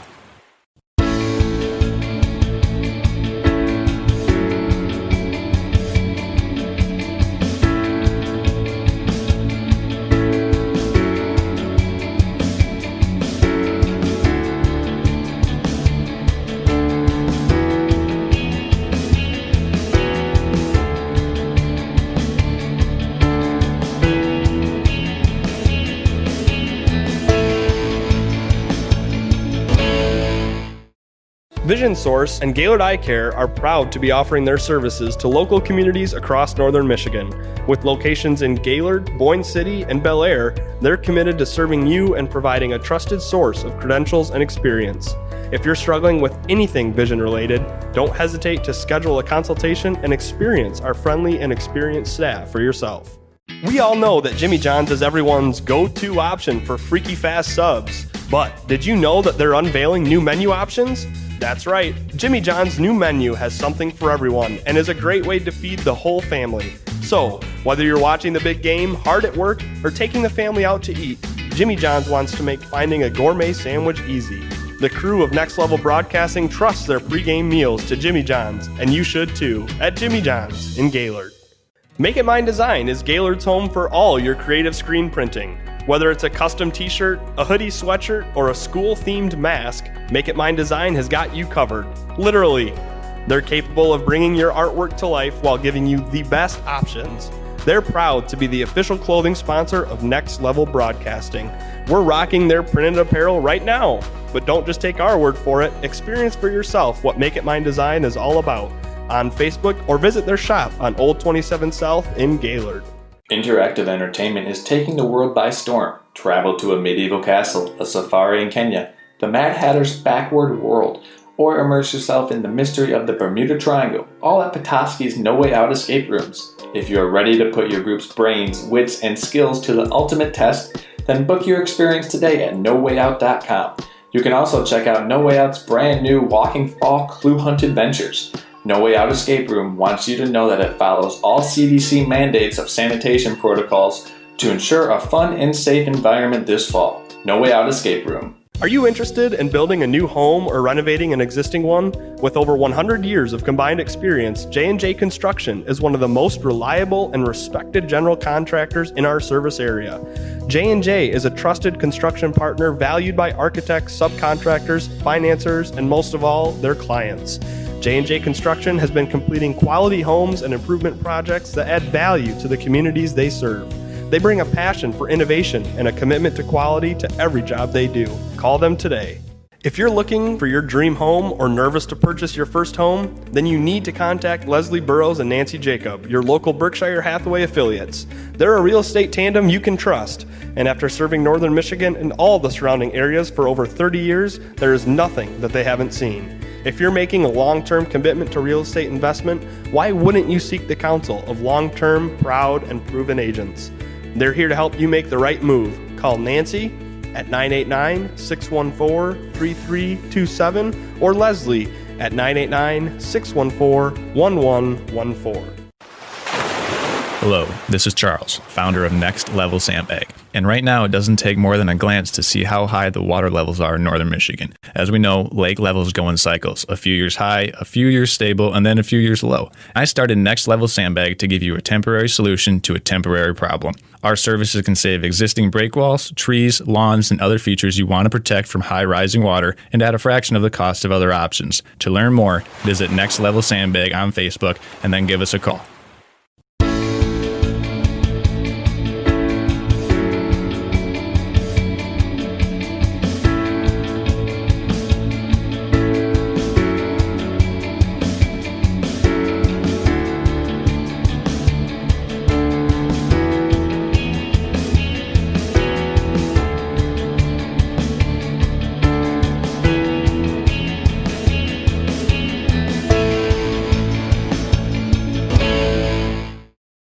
Vision Source and Gaylord Eye Care are proud to be offering their services to local communities across northern Michigan. With locations in Gaylord, Boyne City, and Bel Air, they're committed to serving you and providing a trusted source of credentials and experience. If you're struggling with anything vision related, don't hesitate to schedule a consultation and experience our friendly and experienced staff for yourself. We all know that Jimmy John's is everyone's go-to option for freaky fast subs. But did you know that they're unveiling new menu options? That's right, Jimmy John's new menu has something for everyone and is a great way to feed the whole family. So, whether you're watching the big game, hard at work, or taking the family out to eat, Jimmy John's wants to make finding a gourmet sandwich easy. The crew of Next Level Broadcasting trusts their pregame meals to Jimmy John's, and you should too, at Jimmy John's in Gaylord. Make It Mine Design is Gaylord's home for all your creative screen printing. Whether it's a custom t-shirt, a hoodie sweatshirt, or a school-themed mask, Make It Mine Design has got you covered. Literally. They're capable of bringing your artwork to life while giving you the best options. They're proud to be the official clothing sponsor of Next Level Broadcasting. We're rocking their printed apparel right now. But don't just take our word for it. Experience for yourself what Make It Mine Design is all about on Facebook or visit their shop on Old 27 South in Gaylord. Interactive entertainment is taking the world by storm. Travel to a medieval castle, a safari in Kenya, the Mad Hatter's backward world, or immerse yourself in the mystery of the Bermuda Triangle, all at Petoskey's No Way Out escape rooms. If you are ready to put your group's brains, wits, and skills to the ultimate test, then book your experience today at nowayout.com. You can also check out No Way Out's brand new Walking Fall Clue Hunt Adventures. No Way Out Escape Room wants you to know that it follows all CDC mandates of sanitation protocols to ensure a fun and safe environment this fall. No Way Out Escape Room. Are you interested in building a new home or renovating an existing one? With over 100 years of combined experience, J&J Construction is one of the most reliable and respected general contractors in our service area. J&J is a trusted construction partner valued by architects, subcontractors, financiers, and most of all, their clients. J&J Construction has been completing quality homes and improvement projects that add value to the communities they serve. They bring a passion for innovation and a commitment to quality to every job they do. Call them today. If you're looking for your dream home or nervous to purchase your first home, then you need to contact Leslie Burrows and Nancy Jacob, your local Berkshire Hathaway affiliates. They're a real estate tandem you can trust, and after serving northern Michigan and all the surrounding areas for over 30 years, there is nothing that they haven't seen. If you're making a long-term commitment to real estate investment, why wouldn't you seek the counsel of long-term, proud, and proven agents? They're here to help you make the right move. Call Nancy at 989-614-3327 or Leslie at 989-614-1114. Hello, this is Charles, founder of Next Level Sandbag. And right now, it doesn't take more than a glance to see how high the water levels are in northern Michigan. As we know, lake levels go in cycles, a few years high, a few years stable, and then a few years low. I started Next Level Sandbag to give you a temporary solution to a temporary problem. Our services can save existing break walls, trees, lawns, and other features you want to protect from high rising water and at a fraction of the cost of other options. To learn more, visit Next Level Sandbag on Facebook and then give us a call.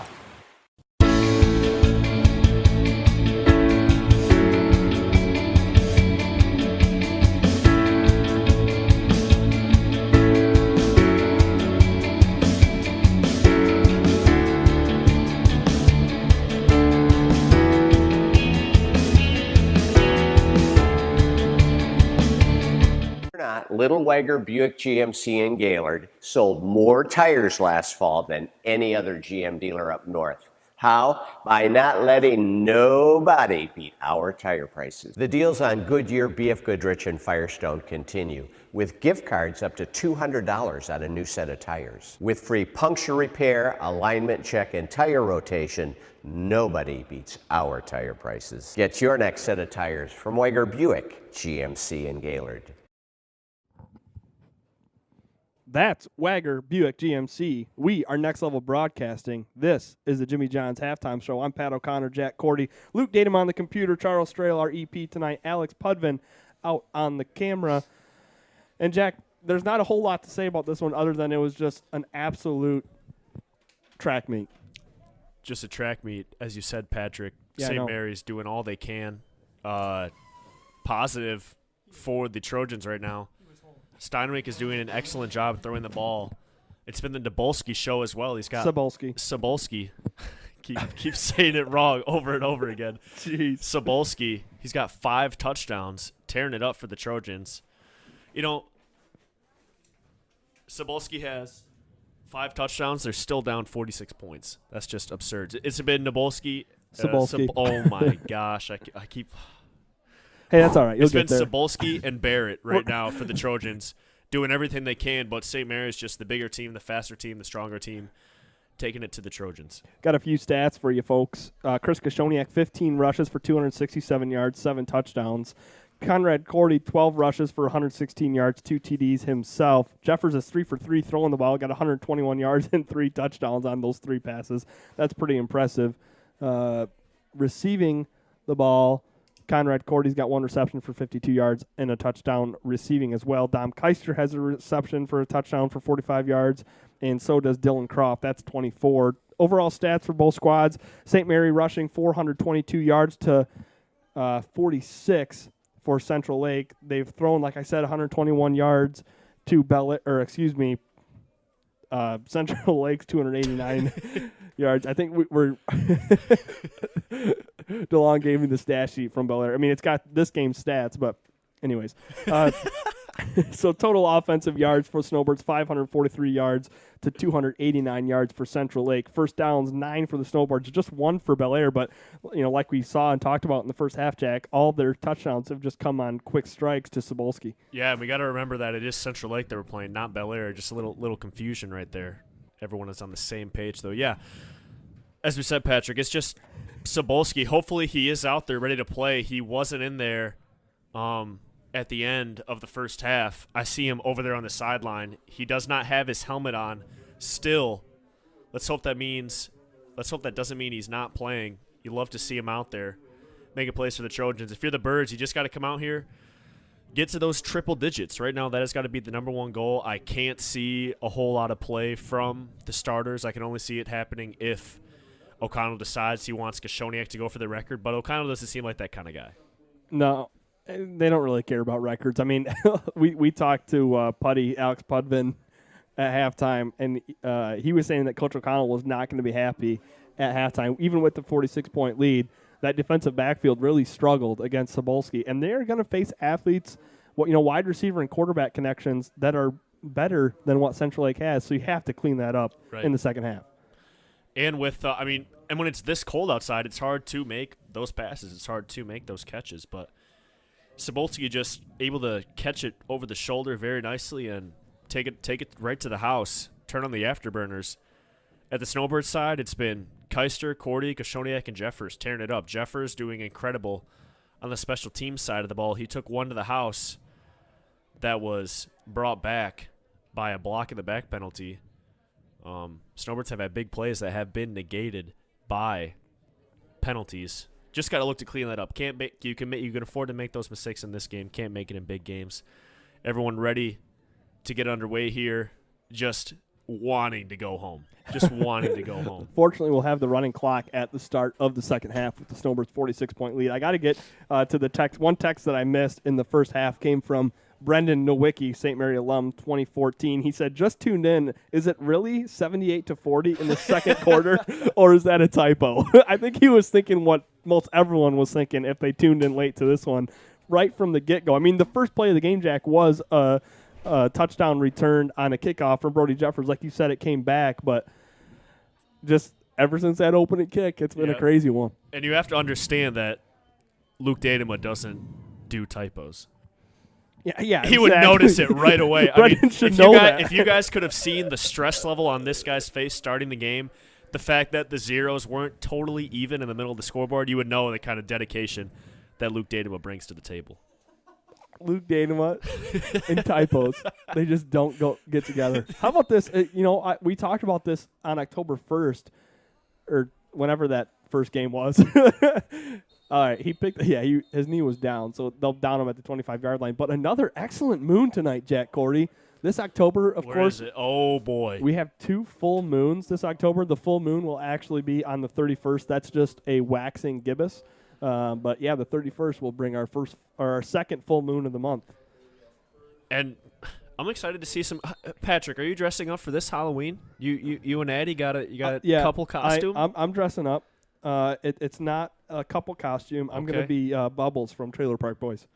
Oh, my gosh. Yeah. Well, you're going to have to. Wow. I cannot wait to see. When is Halloween? It's or Saturday. Are you busting it out tomorrow? Yeah, no, Saturday. Okay. Saturday. Okay. Yeah. You're going to have to send a picture or something. I'm going to have to see that. Snowbirds, Ball's on the ground. I think they got it. They took the handoff. No, it was picked up right there by a Trojan, number 20. I was thinking I might be Luigi, Patrick. Do you think I could pull it off? I think you could. Yeah, I like that. The mustache isn't as thick, though. It's not coming in as thick as I thought before, but it's going to be a pass here by Steinwick. Acevedo in on the sack. Big play there by Acevedo, rushing in on the edge. Third down for the Trojans. Text us on the hotline. What are you guys going for as Halloween? Yeah, there we go. I just got a text personally. Bubbles, really? Yeah. I mean, pretty much any character from that show you could dress up as. I feel like I could do Julian or Ricky, too. Julian would be very, very funny. Julian would be easy. Just a black T-shirt and, Right. Yeah. I know how the Julian costume goes. Just got to make sure it's very censored. You got to go. There's certain parties you can go to. It'll be third and forever for the Trojans. Already 2 minutes gone in the second half. We're moving at an unbelievable pace. Steinbeck's going to drop back to pass. He rolls out right side, and he gets brought down. Pat Ballinger drops the boom, and it's a big sack for PB. We got elbows flying in right now. That's PB bringing the J and the nice spin tackle there on Steinwick, chased by Acevedo. PB able to come in, get a nice tackle as he is the lone starter out there on the line for the Birds. Grody's over there, too. Oh, yep. Grody is still out there on the end. New faces. We've got Dylan Crawfey's out there defensively with Daniel Smith. Tristan Glasby. Gavin Bevel's back, ready to receive what he probably thinks is going to be a punt. We'll see what Steinwick does with it. Looks like they might go for this, or You maybe got it's going to be a little Patrick. rugby kick. Steinwick has it, drops back. He is looking to pass. He's going over the middle, adjusting to the football, and making the catch for Central Lake. And there's going to be pass interference, and it's a first down. How about that? Garrison Barrett. So impressed with this kid, Jack. The freshman coming up with a big catch. What a freshman making plays right there. Glasby all over him. The flag comes in. He's still able to make the catch and stay on his feet for a little bit, making defenders miss. That's a big first down conversion. No punt there from Central Lake. Penalty is obviously going to be declined. That's just a great play there by Barrett. These Central Lake coaches next to us, you can just tell they absolutely love Barrett with how they react when he makes good plays. Well, especially when it's just that he's a freshman. When you Yeah. see a freshman playing that well, as a coach, you know there's a lot of stuff. There's a lot of fundamentals you don't have to teach him, so you can spend a lot of time teaching him more important things. All right, 1st and 10, 8:38 to go, third quarter. Central Lake completes a big fourth down, and another pass here incomplete right through the hands of Drayton Evans, the freshman. So it'll bring up a 2nd and 10. Again, running clock here in the second half. So even though it's an incompletion, we'll still tick this away. Under 8.5 to go. And Sabalski is out of the game right now for the Trojans. It's a big, big loss. Again, if you're just tuning in here to check out this insane score here in the second half, Sabalski in the first half, that's Jamal Sabalski, the junior wide receiver, had 6 touchdowns. One of those came on a kickoff return for a touchdown, and he was injured late in the second quarter. That's why he's been on the sidelines at the start of the third. So Central Lake will have it 2nd and 10. They're going to go under center, Will Steinwick. Keeping his hands warm, very important. Looks like they're just going to try to run some of this clock down, and it's going to be a false start. Moving early in the backfield was Nick Dawson, the senior back. Nope, they're going to call this on the Snowbirds, aren't they? Wow. Very. Okay. Now, I don't know if the referees missed the running back jumping off sides as well or doing a false start, but either way, it's a nice, good job there by the Trojan front line, staying disciplined, staying down. It's going to bring up 2nd and 5. Patrick Ballinger looks hungry. Yeah, he got that big sack. He wants another one. And they're just going to let this clock run down, Patrick. Music to my ears. Steinwick drops back to pass. Acevedo gives chase. Pass is complete over on the right side.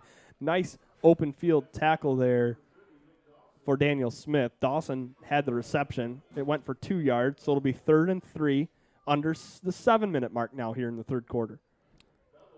And that's a nice drawn-up play right there. Steinwick drops back. He's able to find Nick Dawson over on the side. That's a good open field tackle right there. That's pretty textbook. But Daniel Smith went low, took his legs out, and stopped him from picking up the first down. Steinwick waiting for the referee to put his arm up. They're just trying to get out of here with no injuries because basketball season's right around the corner. Yep, you're right, Patrick. And I think that's another reason for keeping Sabalski on the sideline. I agree. And there's a toss Ball's play. in the air. It's fumbled, and Tristan Glassby picks it up for the Snowbirds, and it's a turnover, and they will take over at the Central Lake 43. So a decent drive there for Central Lake. And, Jack, look at the clock. We've already let 6 minutes go off the clock in the third quarter. That's a blessing. My hands are very grateful right now. I went out there. I coach for the middle school basketball team. How's that going, The boys Jack? here at St. Mary's. It's going pretty good. Our first game is on the 3rd against Pellston. One of our stud players, Daniel, out there. Dude's out there in sandals and no gloves. So I gave him my gloves. I'm like, You mean tonight? yeah. Dude, what are you doing at the game? You don't have to look like a baller 24/7, okay? I don't want you getting frostbite and then you can't even play from getting so cold. How's the squad looking, though? I mean, we got Squad's looking pretty good. We've got 5 8th graders, 1 7th grader, and 3 6th graders. So 9 guys. one squad then. 2 right? squads. Oh, 2 squads, okay. There's a 5th quarter rule. Ball is on the ground, recovered there by Central Lake. Tough blow there for the Birds. I don't know what happened there. Obviously some miscommunication. Yep. But the team's looking good. There's a 5th quarter rule this year, so with only having 4 kids with the 7th graders, we're gonna have we'll have 4 of the 7th graders, then 1 of the 8th graders playing the first quarter, then a different 8th grader playing the second quarter, a different 8th grader playing the third. Oh, so you can play 5 quarters a night. Correct. Okay, Correct. that's cool. You can play 5 quarters a night. That's the only way we're going to be able to do it. But the boys are loving it. Practice is going well. I'm just really happy they're here watching football, getting involved in everything with the school. It's been kind of fun as we see, with these small schools and the number dwindling. Wow. That's a heck of a catch by number 3, Garrison Barrett. Just an awesome play. Yeah. Gets down to the 36-yard line. But I was going to say, Jack, it's unfortunate to see the sport participation numbers go down, but it's kind of cool to see how they've made adjustments to it, even with football, allowing the JV players to play 5 quarters a week, and you can come up and, if your team has a big lead in the 4th quarter, you can get your JV guys in there, even on the weeks where the JV guys play. So it's just kind of cool to see those adjustments. Right. And at this point, you're right, Patrick, it would be easier to go with one team, just show up with 9 and plan on playing 9. But at this age, I don't really care about the wins or losses. I just want the boys to get better and for them to stay interested in basketball. I hate watching a kid play one year, the next year he decides not to play because of something. So I just want to keep the kids interested, keep them playing, and keep them as a tight-knit group. A big part about being good, whether it's football, basketball, baseball, soccer, hockey, any sport, is just team chemistry. So, with them being at St. Mary's having 6th graders, 7th graders, and 8th graders play middle school, there's a big age difference, especially between the 6th graders and the 8th graders in terms of maturity level. And it's fun coaching those kids. I mean, we did that together a couple of years ago, and that's, you can have a heck of a good time coaching that age group. They get excited about the weirdest things. So. Yeah, I know. I mean, I got this one kid, his name's Cooper. Put him on the line to run a suicide. This kid is just smiling the whole time. He couldn't be happier to be running. So it's just that pure attitude they have where I just want to come here, run around, have fun. It's just a weird year, though, for sports in general, though. Like you said, there's not a lot of kids coming out having to wear the masks 24/7 is tough as well. But St. Mary's doing the best we can. And it helps with having an excellent and amazing athletic director like Jennifer Jeffers, having all the coaches' backs and keeping up to date with the parents. And she just does an excellent job with the school. So big shout out to Jennifer Jeffers and everything she does for St. Mary's. As we're still playing football, 86-40 is the score. 2 minutes left to go in the second half. And the Central Lake player is free for 6. That's a touchdown for 20. Logan Eckert, the senior back, and the Trojans cut into the big Snowbird lead. And the Snowbirds out there, they're going with the second string, but that's a nice run by Eckert up the middle, able to cut it to the left, scamper in for a touchdown. That's going to be the first touchdown in this second half for the Trojans. First touchdown committed not by Sabalski as well. Trojans going for 2. 86-46, 2:07 to play here in the third quarter. Dropping back to pass and getting wrapped up, but he still gets it off. It's kind of impressive that he even got that pass off as he had a snowbird around his ankle. Hey, I got a nice text in here. We were talking about the second full moon of the month. You ever hear the expression, Luke, of, once in a blue moon? You heard that expression before? Yeah, so a blue moon is actually what the second full moon in a single month is called. So that's where that expression comes from. Oh, really? So October 31st, we'll have a blue moon. That was texted in. Blue moon, yeah. They could be pulling a Dave Cordy, and that could be a total lie. No, I'm pretty sure. They could have just bamboozled you right there, Patrick. He's looking it up right now.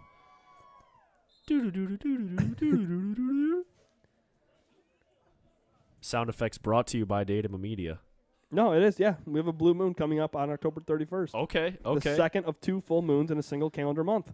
That's like actually a good fact right there, too, because you hear that expression all the time. Yeah. That would make sense. That's what it means. Maybe I'm going to change my Halloween costume. I might just go as a blue moon. As a blue moon? The text was just so inspiring. Hey, text us your forget bubbles. Text us your Halloween costume and who you are. We'll read our best ones on the air. We're getting just a ton of text messages. Also, text in for the player of the game. We haven't even mentioned it tonight, but we got to get some votes going here for player of the game. Just a reminder, Chris Koshoniak does have 7 touchdowns as Dom Keister has this kick return, makes a nice cut upfield out to the 46-yard line. He's just so athletic. Another Jack. late hit. On us? On us again. Wow. Don't know what is going through the St. Mary's players' heads. It was a hit on Barrett. Turned around looking right at the referee, and the referee threw the flag. It's going to be another personal foul against St. Mary's. Just not good. It's just the things that make a 40-point lead taste bad. Right. Hey, we got to get to some of our advertisements here in the third quarter. Let's hear it, Patrick. Do you need to cure your hunger in a freaky fast way? Yes. You know where you're going? I think I do. Jimmy John's in Gaylord. They got mouth-watering gourmet sandwiches without the wait time or hassle. It is Jimmy John's in Gaylord. Checking in for Ian Cool. Up on the line will be 48 Leo Warner. Leo, let's go, baby. Leo, one of those basketball kids that we were able to coach. Nice run there for Chris Ball's Grody. out. Oh, my goodness. It'll be second down, though. Wow. Nice to see Chris Grody getting some carries, too. You know, those first 1 or 2 weeks, he was getting quite a few carries. He's kind of now sort of developed into a fullback / tight end / defensive end. We've got 32 in the backfield. That's Donovan Bloost carrying the ball. Gavin Bevel gives the hand up to Donovan, and he's close to a Snowbird first down. I got some affirmation from Big Terry. Big Terry, my dad. By the way, shout out, Dad. Happy birthday. I think he's 68. No, just kidding. He said you're right about Blue Moon.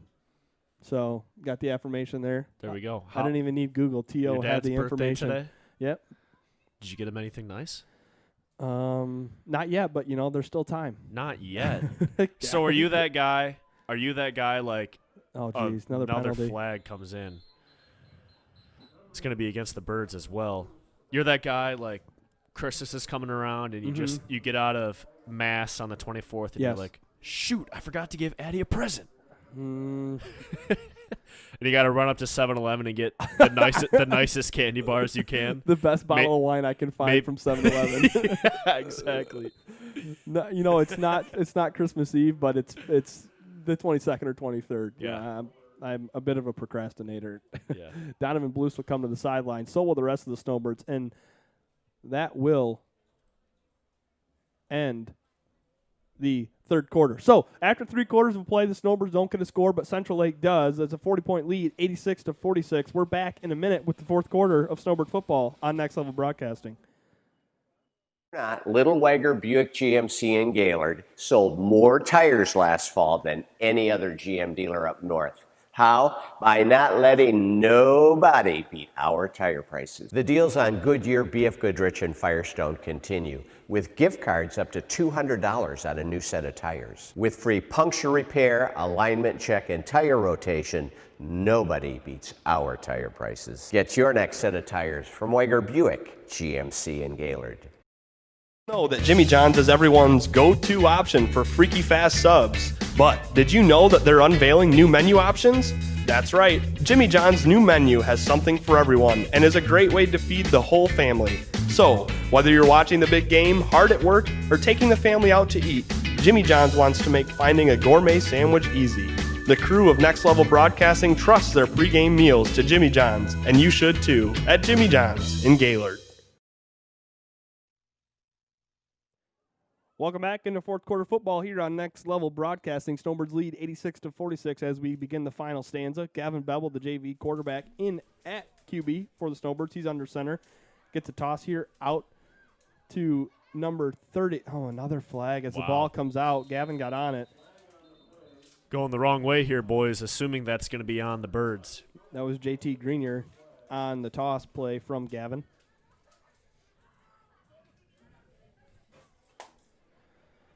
Nothing yet. Clock is stopped.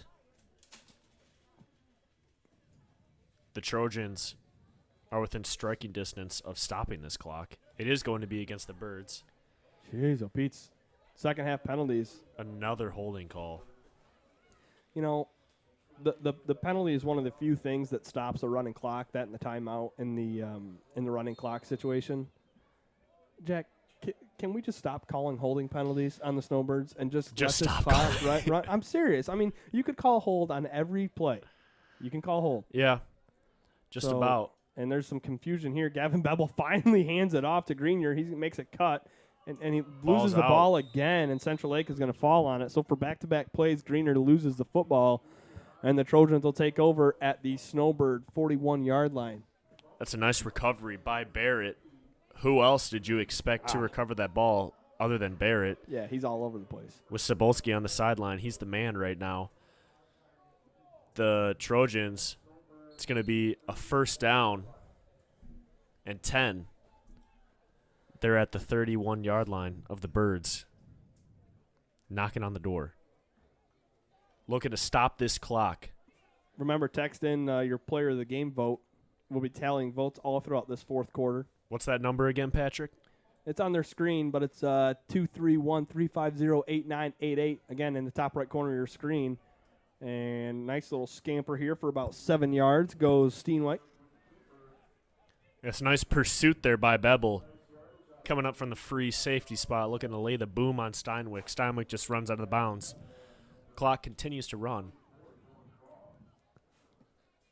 Trojans have been very successful passing the ball in this game, most notably in the first half, but with a high scoring off. I mean, you have 40 points in the first half, and you're losing by a lot. Steinwick looks to Barrett. He has it, makes a nice little cut, but a nice wrap up there. Tristan Glaspie.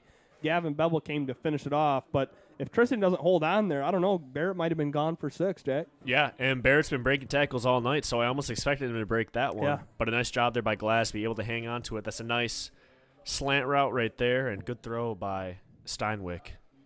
Sabalski, the junior quarterback, he's had a nice game. I mean, he's made a lot of nice throws. I mean, it's not like Sabalski's been bailing him out on bad throws in the first half. He made some good plays, and he'll be a nice quarterback for this Trojan team next year as well. Yeah, and he does a good job as he's going to keep it right up the middle. It's going to be a decent gain of about 4 yards, but he's doing a good job of leading the receiver. I mean, a couple passes over the middle to Barrett. He didn't throw it right to him. You know, Yep. Glaspie had good coverage, but he led Barrett so well that he's the only one able to make the catch. Some of those over-the-shoulder catches, specifically the one that Dominic Keister nearly knocked down, it was just a perfect ball, high enough in the air, just away enough for Keister where only Sabalski was able to make the catch and run for 6. Oh, and thrown down to the ground. Ball is out, it looks like. Oh, Snowbird It's going to be a football. St. Mary ball. That's a tackle and fumble recovery. Who other than Patrick Ballinger, PB, PB, 21. let's go. Running in there, wrapping him up, ripping him down, getting the tackle. Elbows are flying. The crowd is hyped up. It's going to be St. Mary ball coming back the other way. Central Lake coach is not happy right now. Just so the viewers know, when Jack says elbows are flying, that's me knocking my elbow on our broadcast table, as in dropping the hammer. I'm getting a call on the text. Oh, boy. line. Oh, boy. We're gonna. You answer better take that one, off air. Charles. Oh, my. It's ESPN. It's ESPN. They're calling to recruit us. Finally. Bebel under center. He's got the snap, hands it off the right side. Donovan Blues lowers a shoulder, and he's ahead for about 4 or 5 yards. They're calling in a vote for player of the game This is big time. on the text-in line. I Do give you it have a enough minutes to take calls, Luke? You got enough minutes to no, not enough minutes. So, Charles, wrap that up. He might run out of minutes. We only have so many minutes. Luke is a busy guy. Needs him this weekend. He's supposed to hang out with his girlfriend. 2nd and 5. 7 minutes, 45 seconds to go. Blues with Grody at fullback. He gets the toss, going around the left side this time, cuts back up middle. I tell you what, he's a hard runner, Donovan Blues. And shout out to Grandma Edie. She just texted in, said she was watching. Yeah, he's doing a nice job right there. And Blues is lowering the shoulder. He wants the contact. Picked up a couple yards right there. It's going to be 3rd and 2 for the Birds. Once again, Bebel's going to go under center. Grody behind him. Bluest in at halfback. This time it's a handoff to Grody at the fullback position, and he fights forward for a first down. I love I-formation football, Jack, as the clock ticks down to 7 minutes. And Grody is your guy for the I formation. I mean, he doesn't do any jukes, doesn't do any jives. He just runs to whatever side he's supposed to run to and puts his head down. So, perfect player for the I formation. Looks like the Birds are just going to keep right with this to end the game. Again, less than 7 to go. Gavin has it. This time it's Blues right up the left side, and he's close to another Snowbird first down. I like how Donovan runs, Jack. I mean, he just gets it and goes. He's not juking around either. He's straight north and south. Yeah, head down. O'Connell loves to see runners like that. That's a big gain of 9 yards right there. First downs, as it's showing in 8-man, first downs are the most important down. Whether you lose yards or gain a lot of yards, the first down usually is a good indicator of what's going to happen for you in that possession. As Blues is doing an excellent job running the ball right now for the Birds, looking to pick up this first down. Nearly a false start. It's going to be Grody up the middle. He's stuffed. Looks like the ball is another fumble on the play. Wow. Recovered by 65 of the Trojans. The senior Troy Harmon with the flow as well. I will say out of all the players out here, Harmon has the best flow out of everyone. Able to recover the fumble. It's going to be a first down and 10 for the Trojans. 5 minutes and 39 seconds left to go in this ball game. Fans are ready. One of the votes for player of the game, Chris Kashoniak, he says, how about the dude with 7 touchdowns? I think that's a lock. Fair point. Could be. I don't know. We got – how many texts did we have come in so far, Patrick? Just under the 500 mark as the ball hits the ground and picking it up. Ooh, that might be a flag. That's definitely going to be a late flag. I mean – that's a tough one. You just got to be – the play's dead. He jumped on it. I don't even know who that was. It's going to be Brody Ingles. Yeah. But, you know, the Central Lake side – they might not know it. If you're just listening, you might not know. But Brody Ingles, he is the nicest guy. Yeah. I mean, he's not doing it. He's like, not trying to hurt anybody. I'm going to throw him to the ground because I want to hurt him. No, he's just playing football. Sometimes when you're playing football and you get focused, it can be hard to turn off that switch. Yeah, I mean, in a split second, you got to hear the whistle and Right. pull up. Clock continues to run. There's been a lot of personal fouls on St. Mary's this game. That personal foul, not enough to get a first down. It's going to be second down and 1. We're under the 5-minute mark as this running clock has gotten us going here. Steinwick rolls out, throws to his left side. Pass is complete. Nice catch. Whoa. Number 30, Nick Dawson, the senior receiver, comes down with it, and a Central Lake first down. A couple of nice catches here for the Trojans in the second half. Yeah, good catch by Dawson. Bevel comes in, flips him with a little whoop whoop. That's Datama. Whoa. For anyone that can't hear, these sound bites are brought to you by Datama Media. No free ads. No free ads. First and 10, Central Lake, just inside that 20-yard line of St. Mary's as all these texts are rolling in. Rolling out here is Steinwick. Toss is overthrown, intended for Dawson again. And we got a long text here. I'll just read it out. Jacob and Jada Freeman, texting in from the Sunshine State of Florida, would like to give a huge shout-out to the bro, G. Bevel. Dude is a unit. Also, Freeman says he loves Jack and Pat. They are the GOATs of sports announcing. Go Birds. Thanks, Wow. Free. Big shout out to Freeman. Enjoying that weather down there right now. I bet they're missing the cold, though. Jacob Freeman going to be a big-time chiropractor. Wow. Big-time chiropractor. Good for him. No free ads. Graduated high school. No free ads. Steinwick makes a nice move to escape some pressure, and now we'll throw downfield. Almost caught, but off the left hand of Nick Dawson, so it'll bring up a third down. Nice job there by Steinwick. Puts the wiggle sticks on the defensive lineman, able to buy himself more time. Pass is just incomplete. Time is running down in this ball game. 2 minutes and 49 seconds left to go. Fans are on their feet, ready to be the first ones out the gate on a night like tonight. Trying to stay warm. Central Lake comes out of the huddle, looking to get another score on the board. Have only scored in the third quarter of this half. It's going to be another reverse pass. Barrett has got Steinwick. Open, makes the catch. Steinwick in for a touchdown. On the reverse pass, Barrett to Steinwick, and the Trojan sideline goes crazy. Wow. And you got to love that for the Trojans right there. That's going to stop the running clock as well. We saw it earlier in the second half. Just the pitch, and then the pass right to the quarterback. You see the play run in the NFL as well. Gavin Bevel getting a nice read on the play, sees it's coming, but gets sucked up too far. Steinwick dips behind him, catches it. That's a nice throw by Barrett. Barrett doing everything. Catching, running, throwing, tackling, doing everything he can for the Trojans. Looking to pick up this 2-point conversion. 2:17 to go. Here's a toss to Dawson. He will sneak his way in there to pick up another 2. Score goes 86 to 54. 32-point game. This is football as well, folks. Not basketball. Not basketball. This game is just going up and up and up and up. Stops the running clock right there. 2 minutes, 17 seconds left to go. Coach O'Connell on the sideline, trying to stay warm. You know that Coach O'Connell is a big football guy as well. He's got no jacket, just the khakis and the St. Mary pullover. Patrick, is he? No hood, nothing. Now you say khakis, but as a diehard Notre Dame fan, he is not doing his best Jim Harbaugh impression. I can tell you that. What? A nice Jim Harbaugh impression. What's the Jim Harbaugh the khakis impression? Oh, I see. I see. Well, Michigan actually is looking pretty well this year, Patrick. I mean, big weekend coming up where they take on Michigan State.